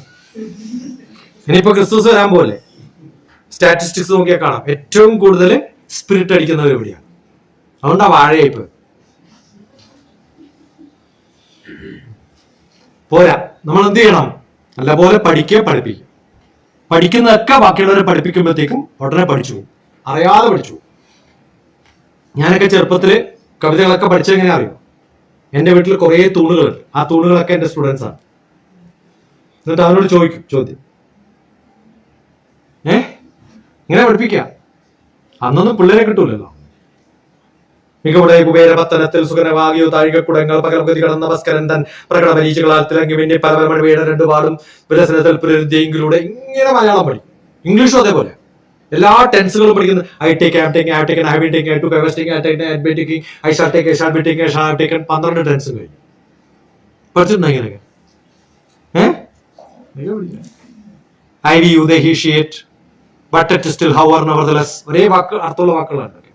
ഇങ്ങനെ പഠിക്കുമായിരുന്നു. ഇങ്ങനെ പഠിച്ചു കഴിഞ്ഞാൽ യു വിൽ എൻജോയ് ലേണിംഗ്. ആരെയെ പഠിപ്പിക്കുക? തൂണ് അല്ലേ? Teach somebody else. That's how you should start. സന്തോഷമില്ലേ? ആയോ വന്ന പോലെയാണോ ഇപ്പോ? ഒന്നുമില്ല. റെസ്പോണ്ട്. എന്തെങ്കിലും കിട്ടിയോ ഇവിടെ നിന്നിട്ട് ഇന്ന് ഗുണം? എന്ത് കിട്ടി? വളണ്ടിയേഴ്സ് ഒരു പോയിന്റ് എങ്കിലും പറയണം. അത് പറഞ്ഞില്ലെങ്കിൽ ഞാൻ ആരുടെയെങ്കിലും തല ഇയാൾ പറയാൻ പറയും. അപ്പൊ ആരും പറയാത്തൊരു പോയിന്റ് പറയണം. പറയും എന്താ പഠിച്ചത് ഏതെങ്കിലും ഒരാൾ വേഗം പറഞ്ഞു. അല്ലെങ്കിൽ ഞാൻ ചോദിക്കുമ്പോൾ നിങ്ങൾക്ക് ഇല്ലാത്ത പോയിന്റ് പറയേണ്ടി വരും. വേറെ ആരെങ്കിലും പറഞ്ഞു കഴിഞ്ഞാൽ പറയും ഒരു point. How to learn, how to teach, how to live. LIFE life. Learn in full enjoyment. LIFE. Learning is an investment for future earning. കുറെ ഉണ്ട് LIFE. അടുത്ത ആള്. അവിടെ ഒരളക്കൂല്ല. കമോൺ. ഇതാണ് കേരളത്തിന്റെ ശാപം. No try, do it. Good boy, love you. പിന്നെ opportunity. പിന്നെ അതാണ് performance. Then you can do jobs. പിന്നെ ഈ ആറ്റിറ്റ്യൂഡ് ഉണ്ടായിട്ട് സ്കില്ലും ഓപ്പർച്യൂണിറ്റി ഇല്ലാത്തവരാണ് നമ്മൾ എടുത്ത് വരുന്ന സൈക്കോ ആയിട്ടുള്ള കേസുകൾ. ഡിപ്രഷനിലേക്ക് പോകും. അവരൊന്ന് ബൂസ്റ്റ് ചെയ്ത് ആറ്റിറ്റ്യൂഡ് ആക്കി അവർ കണ്ടുപിടിച്ചോളൂ. അങ്ങനെ ചെയ്യും. ബേസിക് ലെവൽ അണ്ടർസ്റ്റാൻഡ് ദ റൂട്ടിൽ പോകണം. പിന്നെ മാർക്കിൽ ചെറുപ്പത്തിൽ പഠിച്ചില്ലെങ്കിൽ കുഴപ്പമൊന്നുമില്ല. Background doesn't matter. ഇന്ന് മുതൽ അങ്ങോട്ട് തീരുമാനിക്കാം. ഏറ്റവും നല്ല എക്സാമ്പിൾ ഞാനാണ്. ഒന്നും അറിയാത്ത പയ്യന്, ഒന്നും അറിയില്ല. എല്ലാ മാഷന്മാരും പറഞ്ഞ് ഒന്നിനും കൊള്ളില്ല എന്ന് പറഞ്ഞിട്ടാണ് അന്ന് തീരുമാനിച്ചു കാണിച്ചു കൊടുത്തു. Take it as A challenge. എന്റെ ഏട്ടൻ പ്രൊഫസറായിരുന്നു. ഏട്ടൻ പറഞ്ഞത് മലയാളം എടുത്തിട്ട് പഠിച്ചോളൂ BA. എന്ന് വെച്ചാൽ എന്തേ മാത്സ് പഠിക്കാൻ പറ്റില്ല. അന്ന് ചാലഞ്ച് ചെയ്തതാണ് ഐ ടേക്ക് മാത്തമാറ്റിക്സ് PhD. അന്ന് ഏട്ടനോട് ഞാൻ മാത്തമാറ്റിക്സ് PhD എടുത്തിട്ട് ഞാൻ തിരിച്ചു വരുന്നു. ആ ചാലഞ്ചാണ് എന്നെ മാത്തമാറ്റിക്സ് പഠിച്ചത്. ഏത് വിഷയം പഠിക്കാം, നോ ഇഷ്യൂ. പിന്നെ കമോൺ 6 5. ഞങ്ങൾ സാറ്റലൈറ്റ് കാര്യങ്ങനെയാണ്. 6 5 count down. 0 ആകുമ്പോഴത്തേക്കും ചാടി ചോദിക്കും. Last question. ഇനി വരില്ലേ അവിടെ? നിങ്ങൾ മുഖതാവിൽ കാണേണ്ട ഒരു ആവശ്യമുണ്ടോ? കമോൺ. എന്തെങ്കിലും 1 or 2 പോയിന്റ്സ്.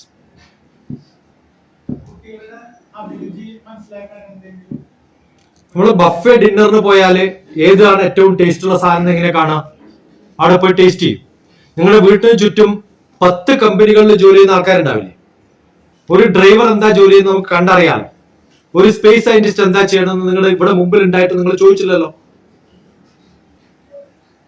അങ്ങനെ ഓരോരാളും കളക്ടർ ആവണമെന്ന് ആഗ്രഹമുള്ളവർ ആദ്യം എന്ത് ചെയ്യണം? Go to the district collector's office and see how is he living. അയാളുടെ ജീവിതം എന്താണെന്ന് അവിടെ പോയി കാണും. കളക്ടർക്ക് നോ എന്ന് പറയാൻ പറ്റില്ല.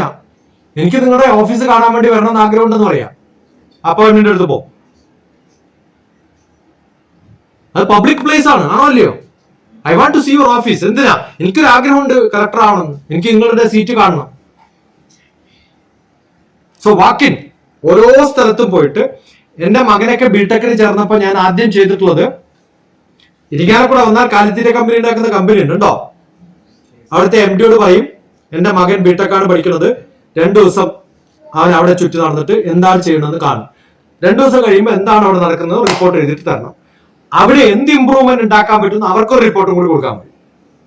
അങ്ങനെ കുറെ കമ്പനികളിൽ ചുറ്റി നടക്കും. പഠിക്കാനുള്ള ഏറ്റവും നല്ല മാർഗമാണ്. മനസ്സിലായിട്ടുണ്ടോ? Do it. നിങ്ങൾ ഫിസിക്സ് പഠിക്കുന്ന ഓരോരാളും ലിഫ്റ്റ് ഉപയോഗിക്കാറില്ല അല്ലേ? 500 കിലോ ലിഫ്റ്റ് മുകളിലേക്ക് പൊക്കി താഴത്തേക്ക് കറക്കണില്ലേ? ആ മോട്ടറിന്റെ സൗണ്ട് കേട്ടിട്ടുണ്ടോ ഇതുവരെ? ശ്രദ്ധിച്ചിട്ടുണ്ടോ ഇതുവരെ? ഇത്രയും സാധനം പൊക്കുന്നതിന് എന്തുകൊണ്ടാണ് സൗണ്ട് ഇല്ലാത്തത്? നിങ്ങൾ പഠിച്ച ഫിസിക്സ് നിങ്ങൾ ആലോചിക്കുന്നില്ല, അതുകൊണ്ടാണ്. ഒന്നുകിൽ ഹൈഡ്രോളിക് ആവും, അതിന് സൗണ്ട് ഇല്ല. പണ്ട് ഹൈഡ്രോളിക്കും അല്ല. ലിഫ്റ്റിന്റെ ബാക്കിലൊക്കെ ഒരു ചെയിൻ ഉണ്ട്, കണ്ടിട്ടോ? പുള്ളി. ഫിസിക്സിൽ പുള്ളി സിസ്റ്റം പഠിച്ചില്ലേ? ഞാൻ എൻ്റെ നാട്ടില് ഓടിട്ട വീടാണ്, തെങ്ങുണ്ട്, അതിങ്ങനെ ചാഞ്ഞിട്ട് അതിന്റെ മട്ടലും ഇതൊക്കെ വീഴും. അത് നേരെ കെട്ടാൻ പറഞ്ഞപ്പോ ആള് പറഞ്ഞു, ഇത്രയൊന്നും വളയില്ല, ഇത്രയൊക്കെ വളയുള്ളൂ. 6 പേര് ഇത് വലിച്ചു കെട്ടാൻ. ഞാൻ 2 പുള്ളിയും മേടിച്ചു, 70 140 റുപ്യ. കയറും മേടിച്ചു. ഒരാളും ഒരു കുളിക്കാരനും മുകളിൽ കയറി കെട്ടി ഷിന്ന് വലിക്കുമ്പോൾ ഇങ്ങനെ. വീട്ടിൽ ട്രൈ ചെയ്തു. അടുത്ത വീട്ടിലെ തെങ്ങ് വളച്ചെടുത്ത് നിങ്ങളടുത്തേക്ക് തേങ്ങിടാം. പുള്ളി പ്രിൻസിപ്പിൾ കൊണ്ട് എന്തൊക്കെ പഠിക്കാൻ പറ്റും അല്ലേ? ഉപയോഗിച്ചിട്ടുണ്ടോ ഇതുവരെ? ഇല്ല. ആ പുള്ളി 2 മേടിച്ച് എന്ത് ചെയ്തു, ഞാൻ എന്റെ എൻട്രൻസിൽ കയറി വരുന്നിടത്ത് 2 മരത്തിന്റെ ഇടയിൽ ഇത് കെട്ടിയിട്ട് ഓരോ കുട്ടിയും വരുമ്പോൾ ആദ്യം ഫിസിക്സ് പഠിച്ച് കയറിയാൽ മതി. അതിനകത്തിരുന്ന് സ്വന്തം പുള്ളി ചെയ്താൽ you can go up, you can lift U up. ആ ബാക്കിലുള്ള പുള്ളികൾ അങ്ങനെയാണ് വർക്ക് ചെയ്യുന്നത്. ഓരോന്നും കാണുമ്പോൾ പഠിക്കണം.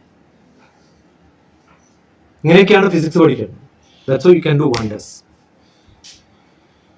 ഓക്കെ, മനസ്സിലായില്ലേ? അതാണ് ട്രിക്ക്.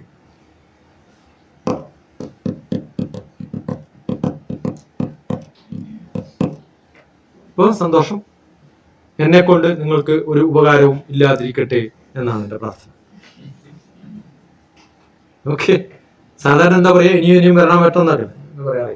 എന്നെ കൊണ്ട് നിങ്ങൾക്കൊരു ഉപകാരവും ഇല്ലാതിരിക്കട്ടെ. സ്വന്തം പഠിക്കാൻ ഉള്ള മാർഗമാണ് പറഞ്ഞു തന്നത്, അത് ഏറ്റു പഠിച്ചോളൂ. ഇനി എപ്പോഴെങ്കിലും സംശയം തോന്നിക്കണമെന്ന് ആഗ്രഹം ഉണ്ടെങ്കിൽ എൻ്റെ നമ്പർ, ഇപ്പൊ എല്ലാവരും ഇതുവരെയുള്ള ഒന്നും യൂസ്ഫുൾ അല്ല, ആകെ യൂസ്ഫുൾ എന്താണ് നമ്പർ. എന്നിട്ട് എന്ത് ചെയ്യും, ഏതെങ്കിലും ഒരു ദിവസം വിളിച്ചിട്ട് ഇവിടെ 4 ദിവസമായി പൈപ്പ് വർക്ക് ചെയ്യുന്നില്ല, നമ്പർ എഴുതിയിട്ടുണ്ടാവുള്ളൂ, പേര് എഴുതിയിട്ടുണ്ടാവില്ല. ഓക്കെ, എല്ലാവരും കൈ ഇങ്ങനെ കാണിച്ച് 10 നമ്പറല്ലേ എന്റെ നമ്പർ ഉണ്ടാവും. അതിപ്പോ ബൈഹാർട്ട് പഠിക്കുന്ന മെത്തേഡ് പറഞ്ഞുതരാം. ഓക്കെ, ആദ്യത്തെ നമ്പർ ഇങ്ങനെ പഠിക്കണമെന്നില്ല, കയ്യിൽ പിടിച്ചാൽ ആദ്യത്തെ 3 നമ്പർ ഞാൻ പറയും, അത് മനസ്സിൽ റിപ്പീറ്റ് ചെയ്യുക. അടുത്ത നമ്പർ ഞാൻ പറയും, അപ്പൊ 5ഉം റിപ്പീറ്റ് ചെയ്യുക. പിന്നെ 2 പറയും, 7ഉം റിപ്പീറ്റ് ചെയ്യുക. അത് കഴിഞ്ഞ് 3 പറയും, 10ഉം റിപ്പീറ്റ് ചെയ്യുക. അത് കഴിഞ്ഞ് ഞാൻ ചോദിക്കും ഒരാളോട്, ഒട്ടനെ ആ നമ്പർ പറഞ്ഞോ. ഒരു പ്രാവശ്യം പറയൂ. മനസ്സിലായോ? 944. ഓക്കെ, സോറി, മാറ്റിയ. നിങ്ങൾ റിപ്പീറ്റ് ചെയ്യരുത്, അതുകൊണ്ടാണ് ഞാൻ തെറ്റി പറഞ്ഞത്. You should not repeat. Sound ഇല്ലാതെ ഉള്ളിലേ റിപ്പീറ്റ് ചെയ്യാൻ പാടുള്ളൂ. ഓക്കെ, 950 20 റിപ്പീറ്റ് ചെയ്യാമോ? 388 75. ഒരു സംശയം തോന്നും, പഠിച്ചു പക്ഷെ ഒരു സംശയം തോന്നും ഇല്ലേ?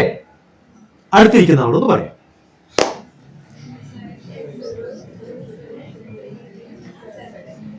നിങ്ങൾക്ക് ഇത്രയും ഒരു പ്രാവശ്യം കേട്ടാൽ നമ്പർ പഠിക്കാൻ പറ്റും നിങ്ങൾക്ക് വിശ്വാസം ഉണ്ടായിരുന്നു? ഇല്ലല്ലോ. ഇപ്പൊ പഠിക്കാനുള്ള മെത്തേഡ് പഠിപ്പിച്ചില്ലേ? എന്താ ചെയ്യേണ്ടത്? ഫിനിഷ് റീഡിങ് അല്ല, ഫിനിഷ് സിലബസ് അല്ല, നിർത്തി ചിന്തിച്ച് റിപ്പീറ്റ് ചെയ്ത് വായിച്ചു കഴിഞ്ഞാൽ ഉടനെ അത് ആരോടെങ്കിലും ഷെയർ ചെയ്യാം. Finished, your learning is done. Fine. അത് കഴിഞ്ഞ് വേണമെങ്കിൽ എഴുതി വെക്കാം. ആദ്യം തന്നെ എഴുതിയാൽ എന്ത് പറ്റുമെന്ന് അറിയോ? അത് അവിടെ ഉണ്ടെന്നുള്ളത് കൊണ്ട് ബുദ്ധിയിൽ കയറ്റില്ല. ഇപ്പൊ ബുദ്ധിയിൽ കയറ്റിയിട്ടാണ് എഴുതുന്നത്. മനസ്സിലായോ? Note taking and note making, note taking and note making. ക്ലാസ്സുകളൊക്കെ സംഭവിക്കുന്ന ടീച്ചർമാർ നോട്ട് തരും, നിങ്ങൾക്ക് അറിയാൻ നോട്ടുണ്ട്, പിന്നെ വായിച്ചാൽ മതി. അതുകൊണ്ട് ഒന്നും മനസ്സിലാക്കില്ല. എങ്ങനെ പഠിക്കണം? മനസ്സിൽ, റിപ്പീറ്റ്, മനസ്സിൽ ആക്കി പഠിക്കണം. Don't learn by heart, but learn by heart. വ്യത്യാസം മനസ്സിലായില്ലേ? Don't learn by heart, but learn by heart. മനസ്സിരുത്തി പഠിക്കണം. Got it? ഇപ്പൊ കൃത്യം 2.5 മണിക്കൂർ, 2 മണിക്കൂർ 27 മിനിറ്റ് 49 സെക്കൻഡ്. Good enough.